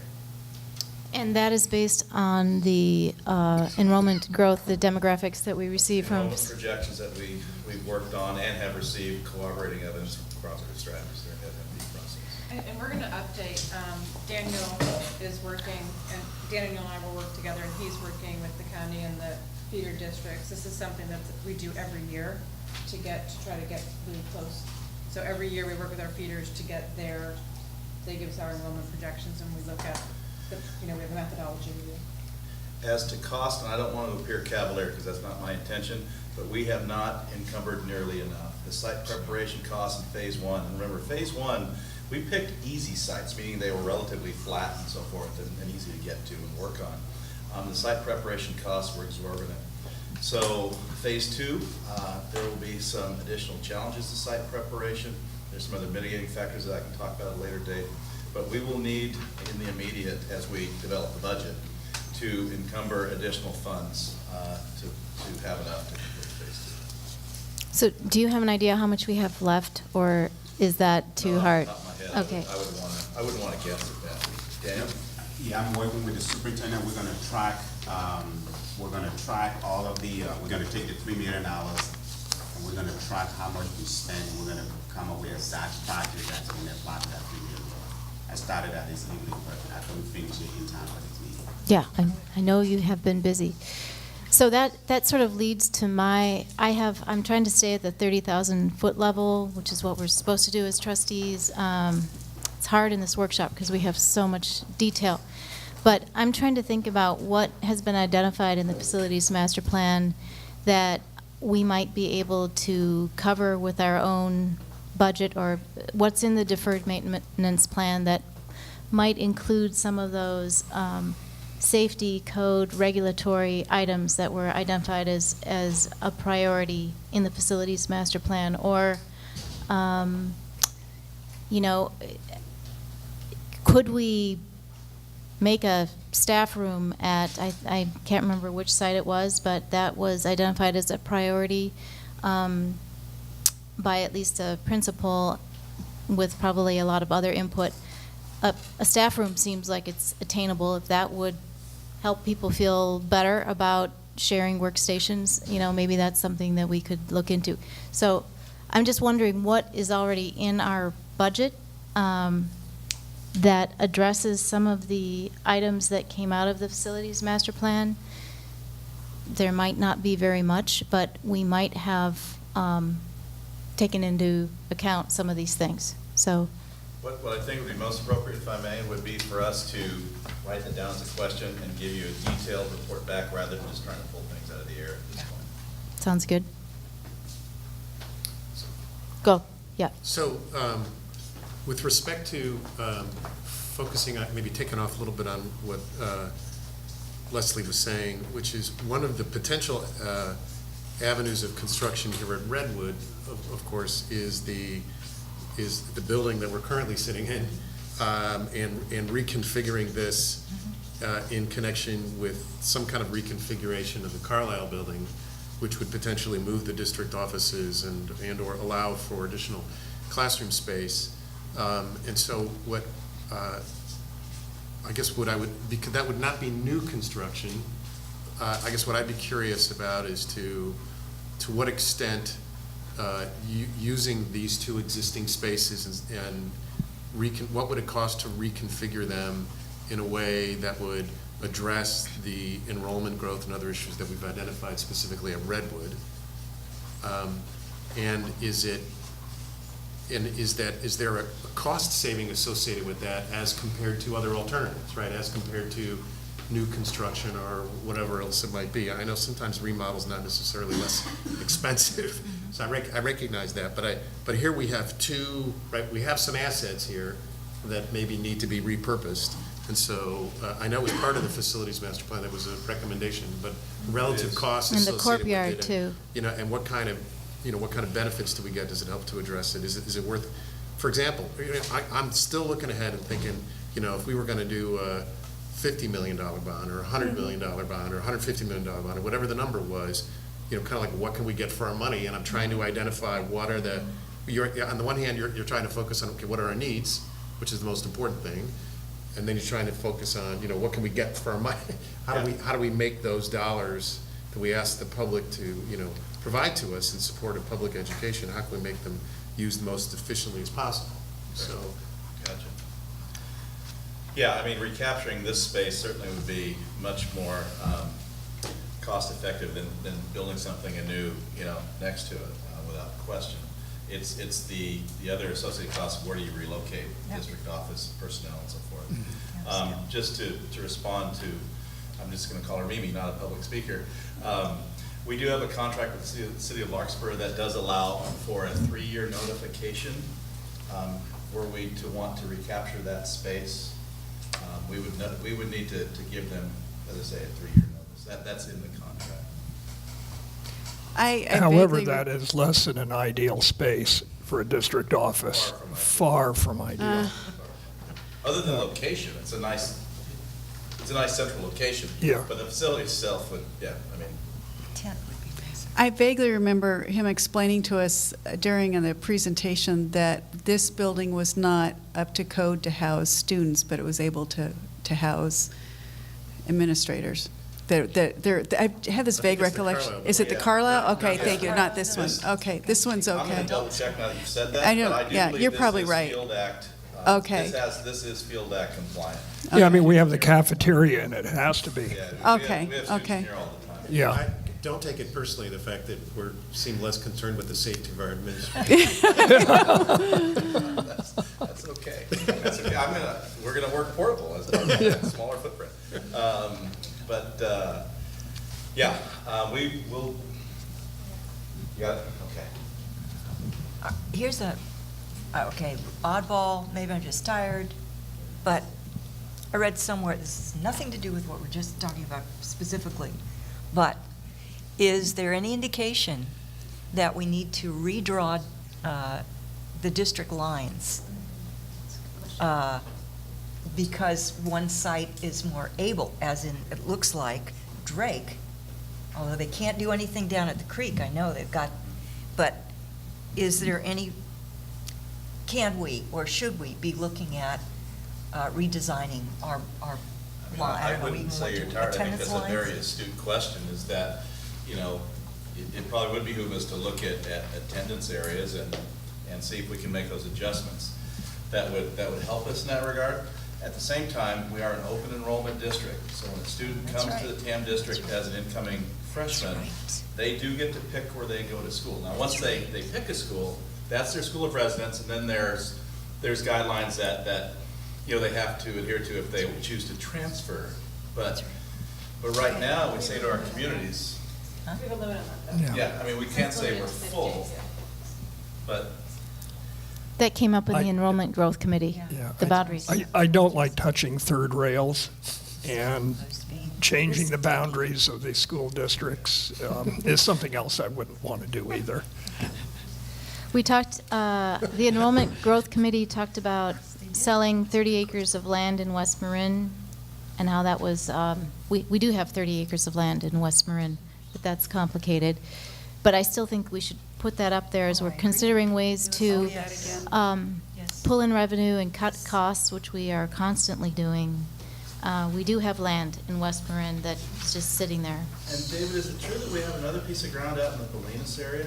A very small piece of land, which really is somebody bequeathed to the district. That's in the instance. It's not even an acre. One of the things that David and I were going to do this summer, and we didn't because it never seemed like summer, he was going to take me to both of those sites so I could actually put my eyes on them. We need to do that. The San Geronimo Yes. piece, however, is in something called a stream conservation area. So any kind of development out there is problematic at best, so its value, because of its being in the SCA, would be limited. Yeah, I mean, just so you know, when I was on the Larkspur School Board, we looked at, it's not identical, but we did look at potentially selling a parcel that the district owns, and it's, there's a highly regulated statutory scheme under the Education Code that provides requirements with respect to what a school district has to go through in order to sell property, and it and those requirements change depending upon how the property is currently used. So it is a complicated issue. I know before she left, Sally Swan and I talked a little bit about that. She researched it, and I believe there was a clause also in the purchase that said if we did sell it, we had to first offer it back to the family. You talking about the one that Chuck is referring to? Yeah. I defer to him. This is a highly political piece of land. Oh. From all the people who I've talked to. Okay, well, that was just, I'm But just I'm looking happy through to- my notes. So. Third rail. Another third rail. Another third rail. I also have a note from the Budget Study Committee, a potential way of savings was facilities rental use agreements. And I don't know if that has been explored, but I wanted to resurrect that as something that a lot of people came up with 2 years ago. I don't know how much money is involved there, but you're looking at me, you're looking at me. No, I think it's a good idea, but I'm going to identify another one, which is, I don't know how rigorous we are in ensuring that students attending our district actually live within the district boundaries. And I'm told from discussions that other districts have from time to time, put some resources into really verifying student residency. And, we're dealing with enrollment growth here. And so that is, it ought to be one of the issues that we look at. In my last school district, we did regularly do that. Yeah. Some years ago, one of my colleagues who was at TAM lived in the city. His car broke down. It was in the garage. So he had to take the bus to get over to TAM from the city, and quite a few of his students were on the bus with him. Yeah. The ones that didn't get into Lowell.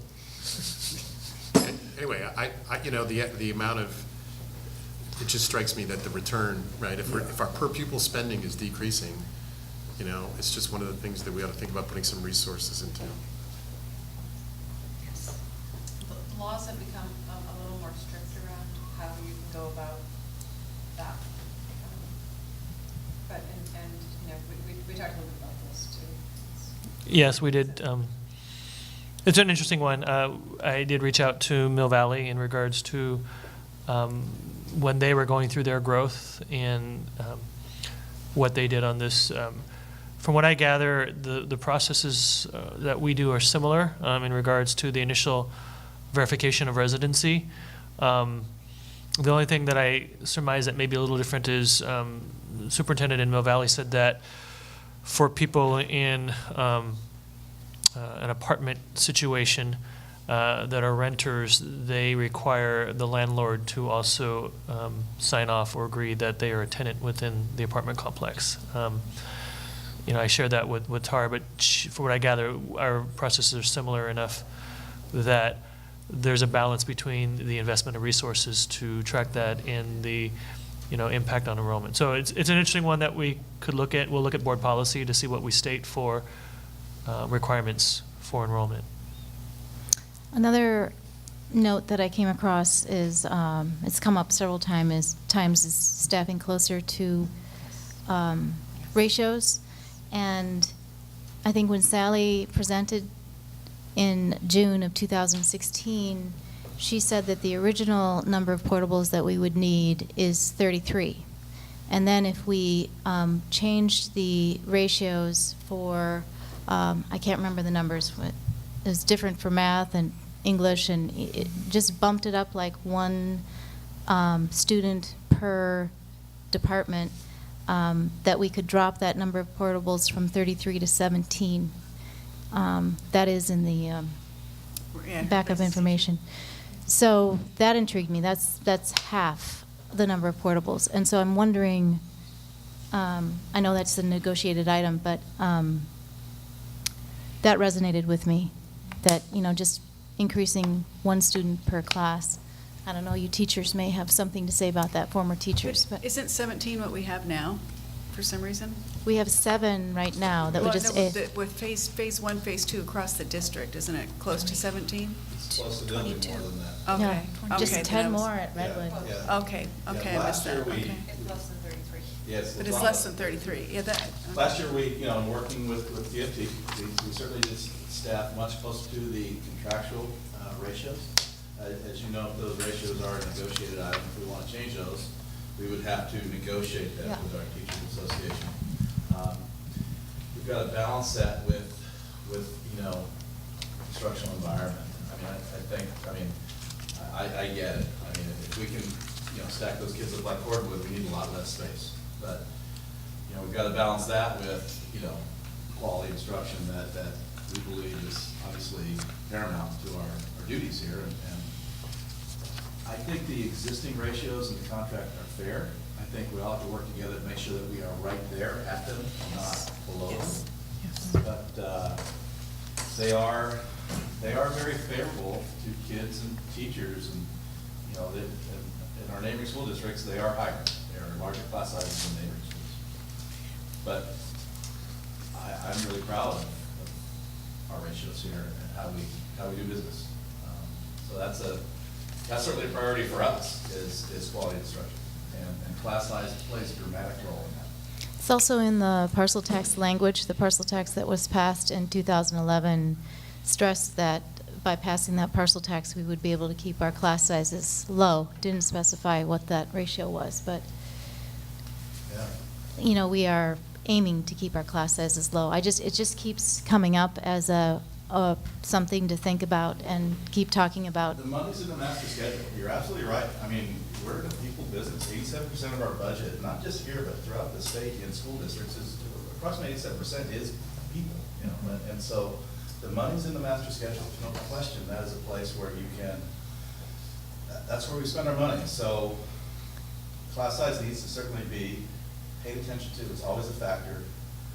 And again, there's that balance between quality instruction and the need for facilities and hiring more teachers and all the rest of that. I forgot to mention, I wrote down our LCAP goals over there on the bottom left because I want us all to be thinking about, I wanted them front and center for all of us as we're talking about where we go next.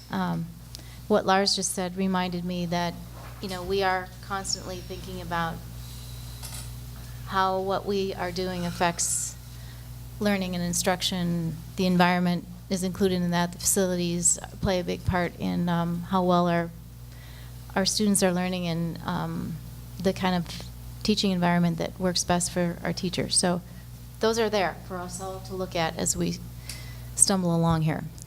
I'm curious with the other board members, based on the discussion we've just had, and if we look at the questions that we placed on the parking lots, are we fleshing out what what we think are their priorities?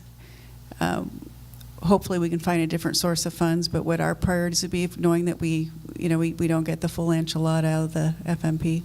Do you think, are we getting closer to getting a sense anyway of, what, as we talk about it, like you talked about the arts, and of course you support those, but that can't, in face of what we're looking in terms of the operational deficit, we can't look at that. I just wonder if we feel like we're a little bit closer as a start. We're moving in that direction.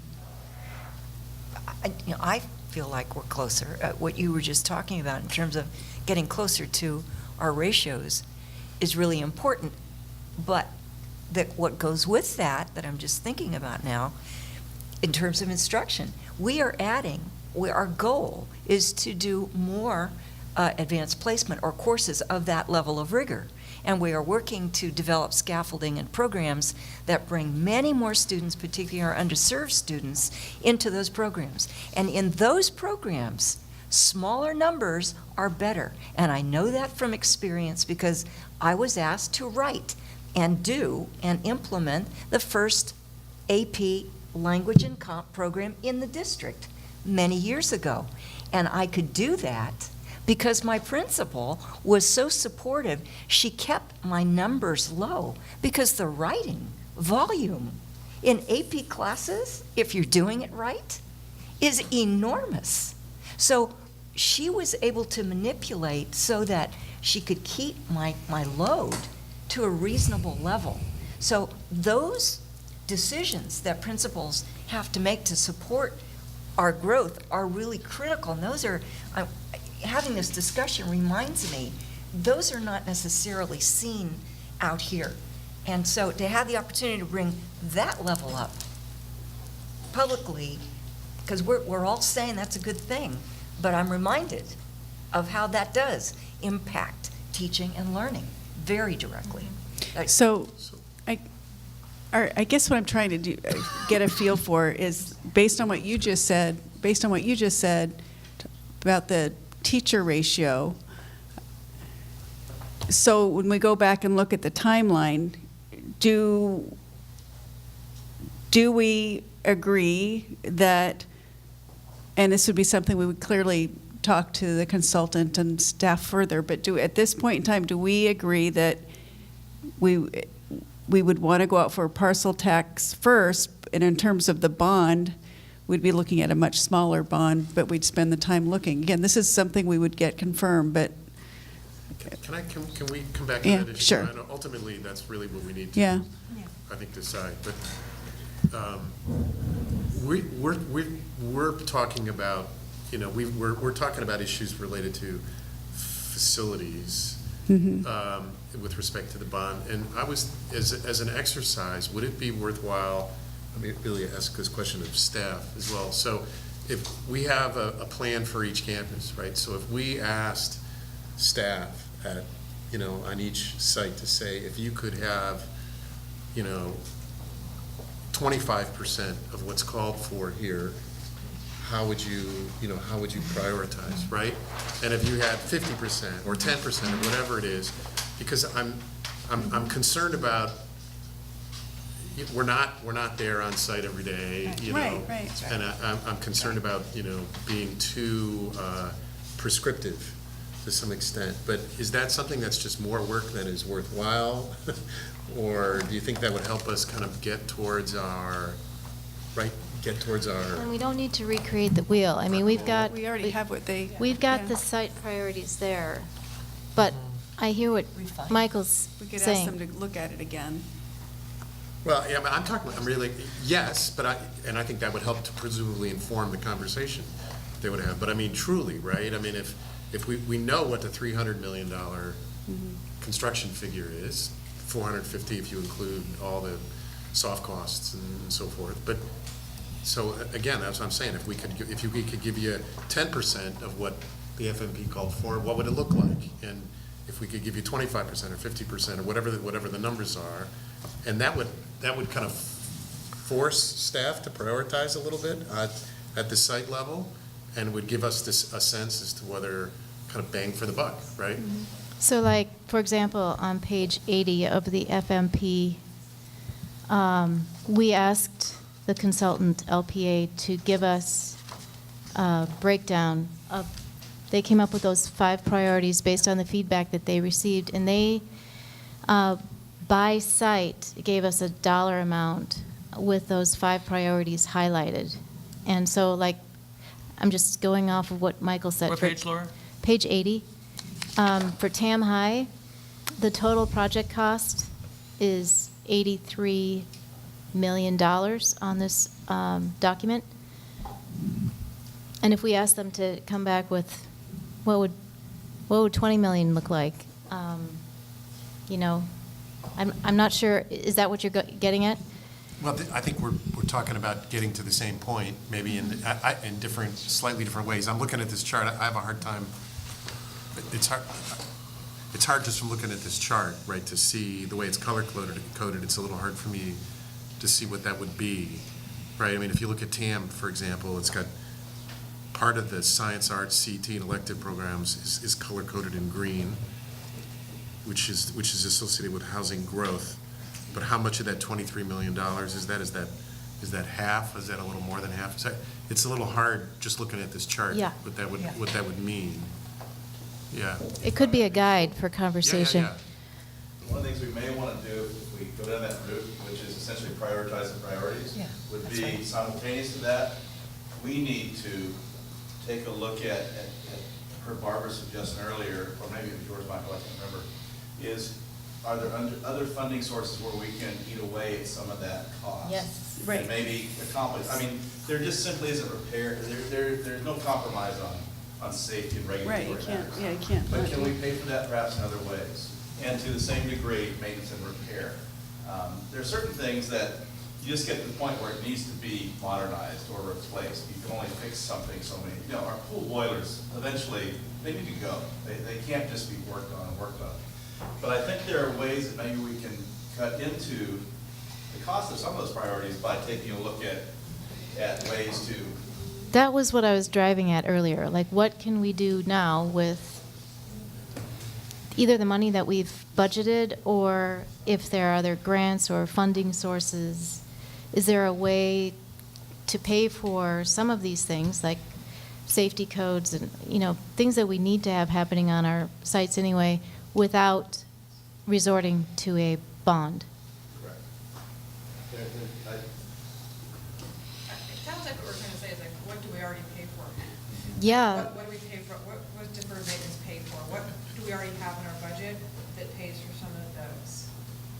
Yes, and we do have safe campuses. I just, these things that the facilities master plan identified, I want to drill down a little bit more on, what is in that category, the third one down, because I think, Yeah, for he me, included- safety, yeah. He included the parking structure, for instance, in there. So will be helpful to drill because of safety with students. So getting more of the details of that would help. I agree with you. Yeah. Because it might be, on the surface, you see safety and you think, geez, got to do that, but it would probably be a lot less. So I would suggest we do this concurrent to any prioritizing of the priorities. I like the idea of a gradiated look, too, by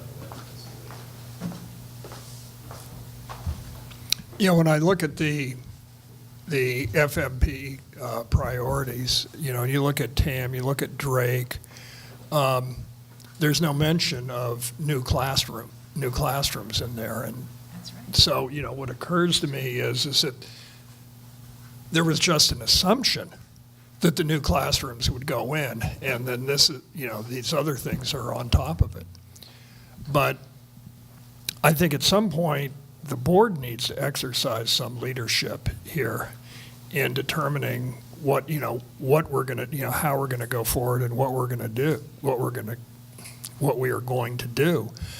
And I think, maintaining our class size, is an important priority that supersedes a lot of, other things like parking and, performing arts, library and student support services, parking and drop-off. I think we need to be looking at the bread and butter issues first, and then, we're looking at the other stuff. And for the audience, the classroom size, when Lars says that's a negotiated item, that's part of the contract with the teachers. And if the teachers in negotiation are going to allow for larger classroom size, they're going to want something in return, and we're not going to be seeing much of a dollar savings out of that. I also think it's important to consider that our existing classrooms in most of our buildings won't house classes that are much larger than they are now. We don't have huge classrooms.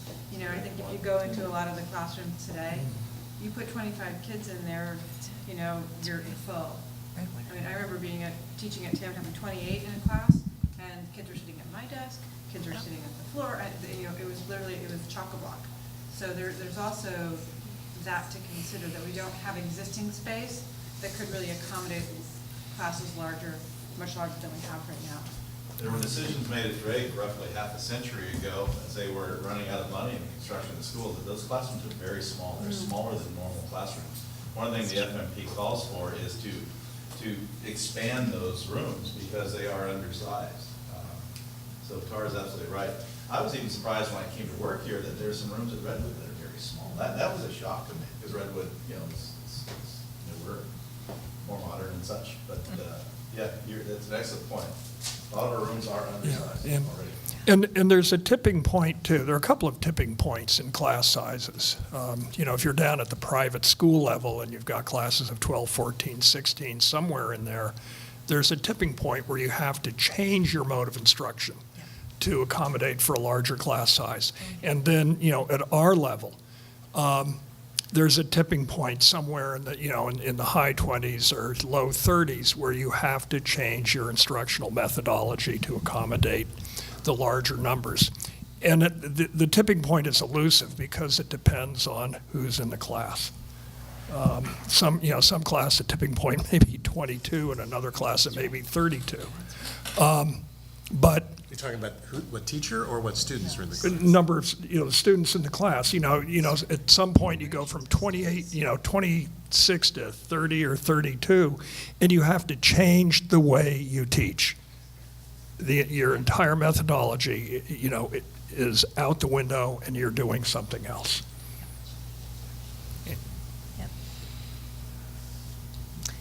Barbara, you mentioned earlier alternative schedules. That's another thing that came up, and I'm trying to find it up there. I have it online. Because that's another way to address our enrollment growth, is to have, and how many periods? We offer 7-period days now. At one time, it used to be 5 periods. So is that a priority, that we continue to offer 7 periods? Do we want to consider alternative schedule? Want our staff to look at that more? To Laura's point, if you recall, in the early stages of the FMP, the architects, you know, they ran numbers in typical school districts where most students take 6 classes, usually 5 when you're a senior. Here, of course, we take many, many more than that, and our students graduate with dramatic excess in units accrued. They didn't account for that until we said, hey, wait, you're wrong. I mean, that's not who we are. You know, our students take many, many more classes than the typical high school student in not just neighboring, but districts throughout the state. So that too does affect the need for space. I do not think that would go over well with our students and their families, but it's a subject that needs to be addressed. We I think. also, when you put it up here, we brought up the idea of offering looking at blended options where it was being partly online, where students would not need to be in class as much. And that was something that the Enrollment Growth Committee explored also.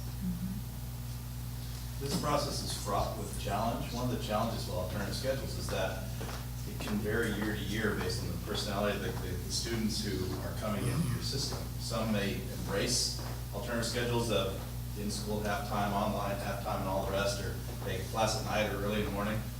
But at the end of the day, they have a right to be in school during the traditional operation of the school day, and it's hard to predict year to year what that's going to look like. It's not saying we shouldn't explore it, we're ready to do it, but it comes with some unique challenges in itself. It also suggests different work hours for staff. That has to be voluntary. And that would be a lot of discussion there. It may offer opportunities for those people. There's an awful lot of our staff who have to commute long hours. Maybe there's some, pros and cons. It may relieve some of that for those folks that we can, I'm just rambling, I don't mean to be No, rambling. you're actually making a good point. I think many of our teachers would appreciate an alternative schedule if they could come later, leave later to avoid all the sit-in and that freeway out there. No, I think teachers would be amenable to that. I think it's a greater challenge for parents because they too have work schedules and they count on the kids being in school when they're at work. And so I'm not so sure parents would embrace a kid coming to school at 11 o'clock in the morning and getting off at 7. I don't know. Again, that's going to be individual families making those decisions.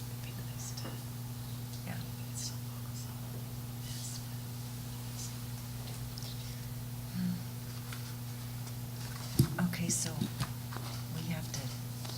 Yeah, it's If we 8:15. get time to- Next steps. Next steps. Well, how do you board members feel about the parcel tax and bond on the timeline up there? We've heard from Chuck, but we could hear from you again. Parcel tax, parcel tax, parcel tax.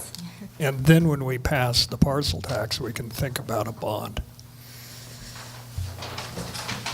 And parcel tax, when would you be comfortable going out? Chuck, what about timing on a parcel tax? November 2018. Or earlier, as Michael brought up at the last meeting. June. That would give us a cushion if If it failed. If it failed, we'd have Yeah. a year before we hit the red zone. What year, Chuck, did you say, sorry? Hmm? I didn't capture what year. you said. 2018. 2018.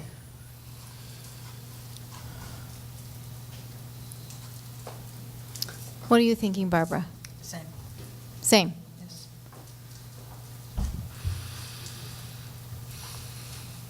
Michael? Yeah, I mean, I think as between the two, just given our structural deficits, the parcel tax, well, let me just take a step back, which is, with respect, what do we mean by parcel tax? So, on the one hand, we want to avoid, right, we want to make sure that we don't lose the revenue that we currently have under the existing parcel tax, right? So we're talking about some kind of an extension of the existing parcel tax. On the other hand, it's clear based on our increased costs arising from enrollment growth that the existing level of parcel tax in and of itself is inadequate, right? We can see that by looking at the decline, because we can see that based on our deficit spending and Yep. the decline in our reserves. So that means the parcel tax would have to have some kind of an increase Right. baked into it. And then the question is how is that structured? Is it a supplemental parcel tax? Is it temporary, right? To see us through this sort of enrollment growth period. I would, listen carefully to what Tara had to say before, really, it's deceiving to just look at the peak enrollment growth and think things are going to be hunky-dory once enrollment starts decreasing, because it doesn't take into account the fact that how much enrollment growth we've already had. Right. Right? Plus the increasing costs associated with, putting money into PERS and STIRS and all the other things. So I think we need to do a pretty sophisticated analysis of what we mean by a parcel tax. But if we're just asking the question of, what has a more immediate priority with respect to, district needs, parcel tax versus bond, I think the answer is parcel tax. And then I think that opens up all these sorts of other issues. And the timing, what about the timing, looking at the calendar for Well, parcel? I think we need, I don't know when sort of the options would be for parcel tax. I think there's a lot of political analysis and consideration that goes into it, so I'd like to get some expert help with respect to, what that would mean. But broadly speaking, earlier is better than later. right? We've seen the fact that, Kentfield went out and didn't, right? Right. And lost, and that put them under a great deal of, that is currently putting them under a great deal of pressure. So, broadly speaking, earlier is better than later, subject to a more sophisticated analysis in terms of A, what we need, and B, what does it take to get ready, and what does the political landscape look like?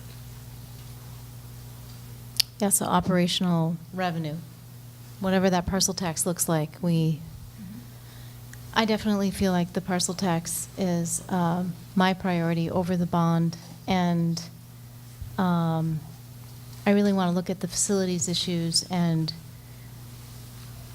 see if these portables are relieving some strain and do some of this work that we've put up on the walls to dive deeper on our facilities based on the input that we got from Facilities Master Plan and what we know already. I do think we need help with the parcel tax, though, and I would say November of 2018. Just because I look at that net reserve, we had a workshop in October of 2016, and that was one of our assumptions, that we didn't want to drop below 15 to 17%. We're already there right now. That's right. It's uncomfortable to be dipping into our reserve so much. I'd like to balance our budget. Leslie? Well, you've said everything. I think it's no doubt that we need to focus first on our operational deficit and push the bond further back.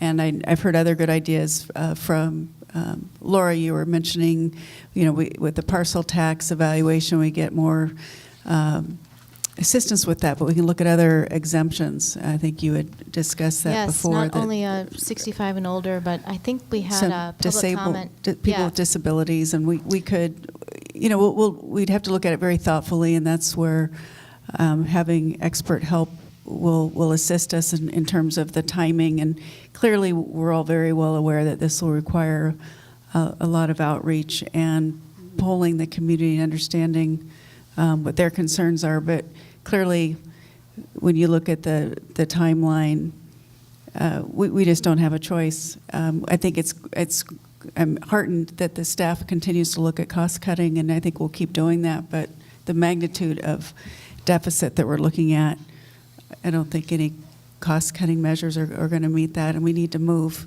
We're out of time. So I agree with everything you've said. Okay. So, what haven't we covered? Is there anything else we want to talk about in this workshop? I think we've just said that the parcel tax is our priority, and we're looking at November of 2018. Or potentially earlier. Or potentially earlier. That's We need, what about the getting help, professional help? Yeah, I was wondering about that. The sooner the better. The sooner the better. But what kind of professional help is I think, the question. Some of the consultants presented to me material that overlapped, that wasn't necessarily broken down very clearly. So if we're going to go back through a consultant process, then I think the metrics for that need to be public. They need to be, if we're going to do that again. Well, can I interrupt? We did have metrics, and I know you had metrics, and we do have a consultant that we agreed that we would go through negotiations with. And to me, this workshop has helped clarify what we need to ask that consultant to do and what advice we need to get and moving forward. So I think this consultant that we had online, correct me if I'm wrong, Dr. Yoshihara, but this consultant was, I think one of us asked this, are you going to help us with parcel and bond if we decide we need to go for parcel? And I thought they said that's in their bailiwick as well, right? Correct. Yeah, so they have all that expertise. So I think you raise a good point, Barbara, but I think It's not the same consultant does this type of work. Okay, good. Yeah. Okay, so, and that consultant is Whitehurst Mosher, and Dr. Yoshihara is working on the contract negotiations. So Yes. I think that that should come back to the board as soon as all board questions have been answered about that contract. I would like to see that on an agenda so we can start working with that consultant and help us message what we want this to look like and get the input from the community that we need. One silver lining is that I believe that the original thought was that we were going to go out as soon as November 18 with this consultant on a bond. And our first assignment was to spend 2 months developing our project list. And now we've saved ourselves potentially 2 months, and they can really focus on these particular issues, rather than do that and then decide we're going to do parcels. So in a way, fleshing this out has helped. And that would change the negotiations, wouldn't it? Well, the scope might just be a little bit clearer, at least for some of us, of what we were asking, but they can just add some. I think it would be prudent of them to watch this tonight, as soon as the video becomes available, to give them a good sense of the conversation and the questions the board is struggling with, so that they can take that with what their knowledge is to move forward. So I can certainly share sort of the broad 30-second overview, but I think if there's prudence in that, they should be able to spend the hour and a half to watch this and learn what we know. Are those visuals on the video, though? Did We'll- the video people capture these videos? We'll check, but we will save these documents, so we can certainly, yeah, I mean, we won't throw those away, so yeah, we'll save Members of those. the audience were this, we can do it too. Yeah, but, David can do and it. frankly, the consultants are going to want to take, that's a good suggestion, that they look at what we've done, right? But they're going to have their own questions for us. And they're going to want additional input. I mean, right, this is what they Right. do for a living. So they're going to have some really focused questions that they're going to have for us, which are going to be thought-provoking and which will be good, right? We need to go through that process, guided in part by someone who's got the expertise, so. Okay. We will so- gather this. Yeah, I wanted to make sure that we thank all the work that has been done up to this point by our staff. We have done an amazing amount of information gathering, and this needed to happen, this workshop. All of us had the time to ask questions and just really look at that timeline to make it more clear. So I think it was time well spent. Leslie and Laura, thank you for the hours and hours of work you put into this superb lesson plan. I appreciate it very don't much. know When you about say that. something's a good lesson plan, I know that means a lot, so thank you. So at the end of this, we were giving direction to the superintendent, and so the direction is I told you about the contract, bring it back to Yes. on the next agenda, and then what else do you have in your notes? We have a series of questions. At some point, most of them I agree are related to facilities. You'll have to decide in regards to timing. Some of those will take more time to flesh out, but I think as we can find those answers, they would be helpful for the board, otherwise you wouldn't have asked them. And then we'll look through the parking lot specific questions that were brought up on the notes and see to what extent we can include those for future items. Okay. So broadly, the sort of the facility-related questions, lots of facility-related questions, and then the parking lot, and then the contract certainly is imminent for September. Okay.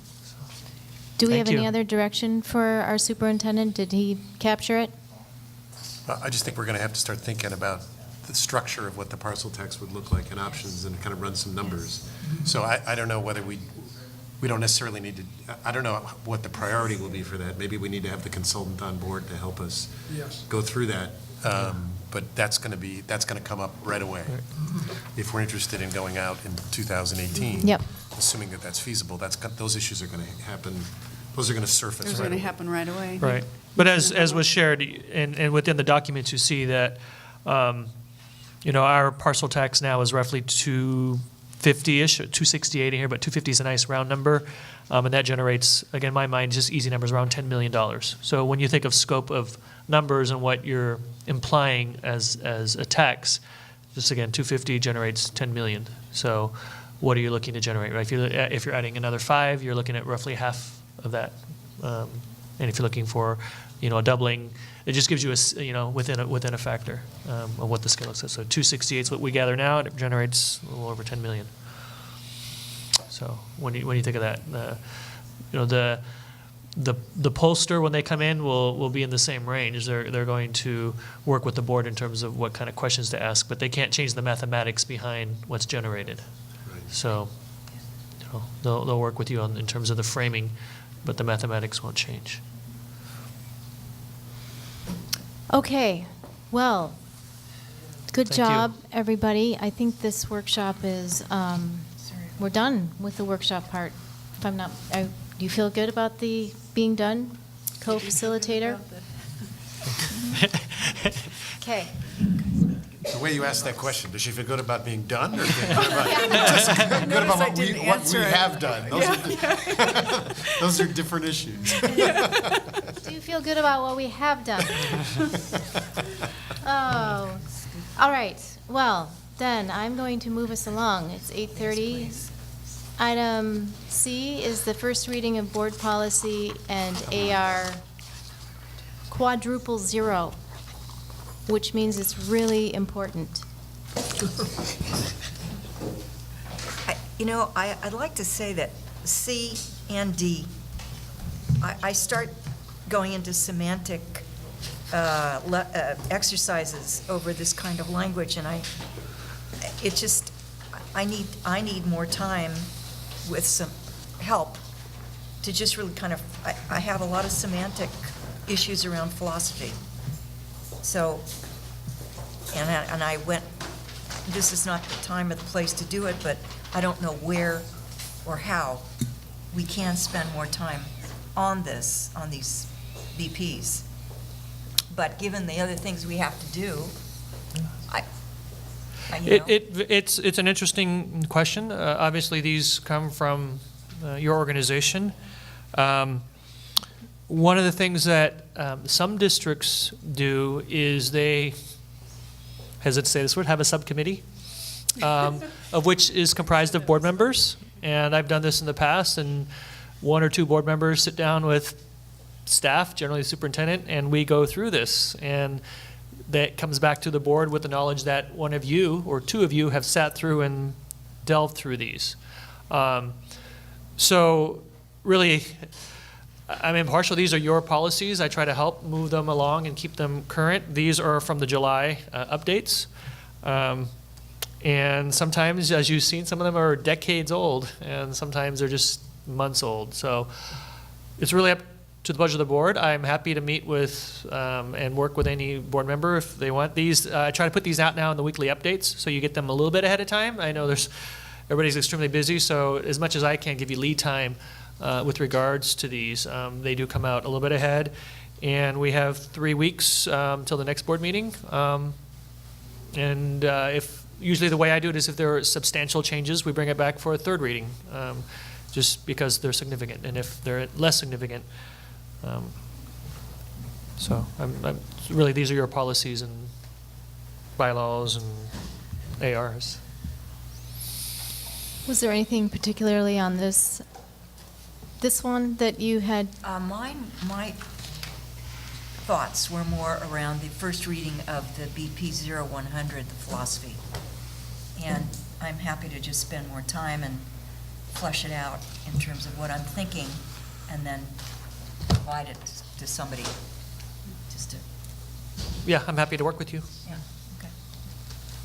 I asked the question for both C and D, what prompted these revisions, and David just told us the July CSBA revisions came down. So Yeah. do they give you all the wording, or do they just give you parameters? Who writes our board policies? So they provide the background that you see here, and I did follow up to some extent, and I know that came later this afternoon. On these two particular ones, there's a lot of updates as it relates to LCAP. LCAP now has to weave its way through all the policies, and so when you go and you look at the red line, you can see it on here. You can see the LCAP coming in. You'll see things around, new laws around non-discrimination, new bullying appears a lot here. So these are the new statutes that have come in somewhere, and so they got to weave it through the policies. And certainly, everything that affects LCAP is going to be here. So you'll see that in both of these two particular ones. And so, CSBA and as Barbara mentioned, working even with CDE on attendance, they sit here and they go through and they try to figure out where it's going to be affected in the work that you guys do as the board. So, we rely on them. There's a lot of policies, but we rely on them to help us, make decisions in the interest of students, and that's what these two particular ones are. And they change over time.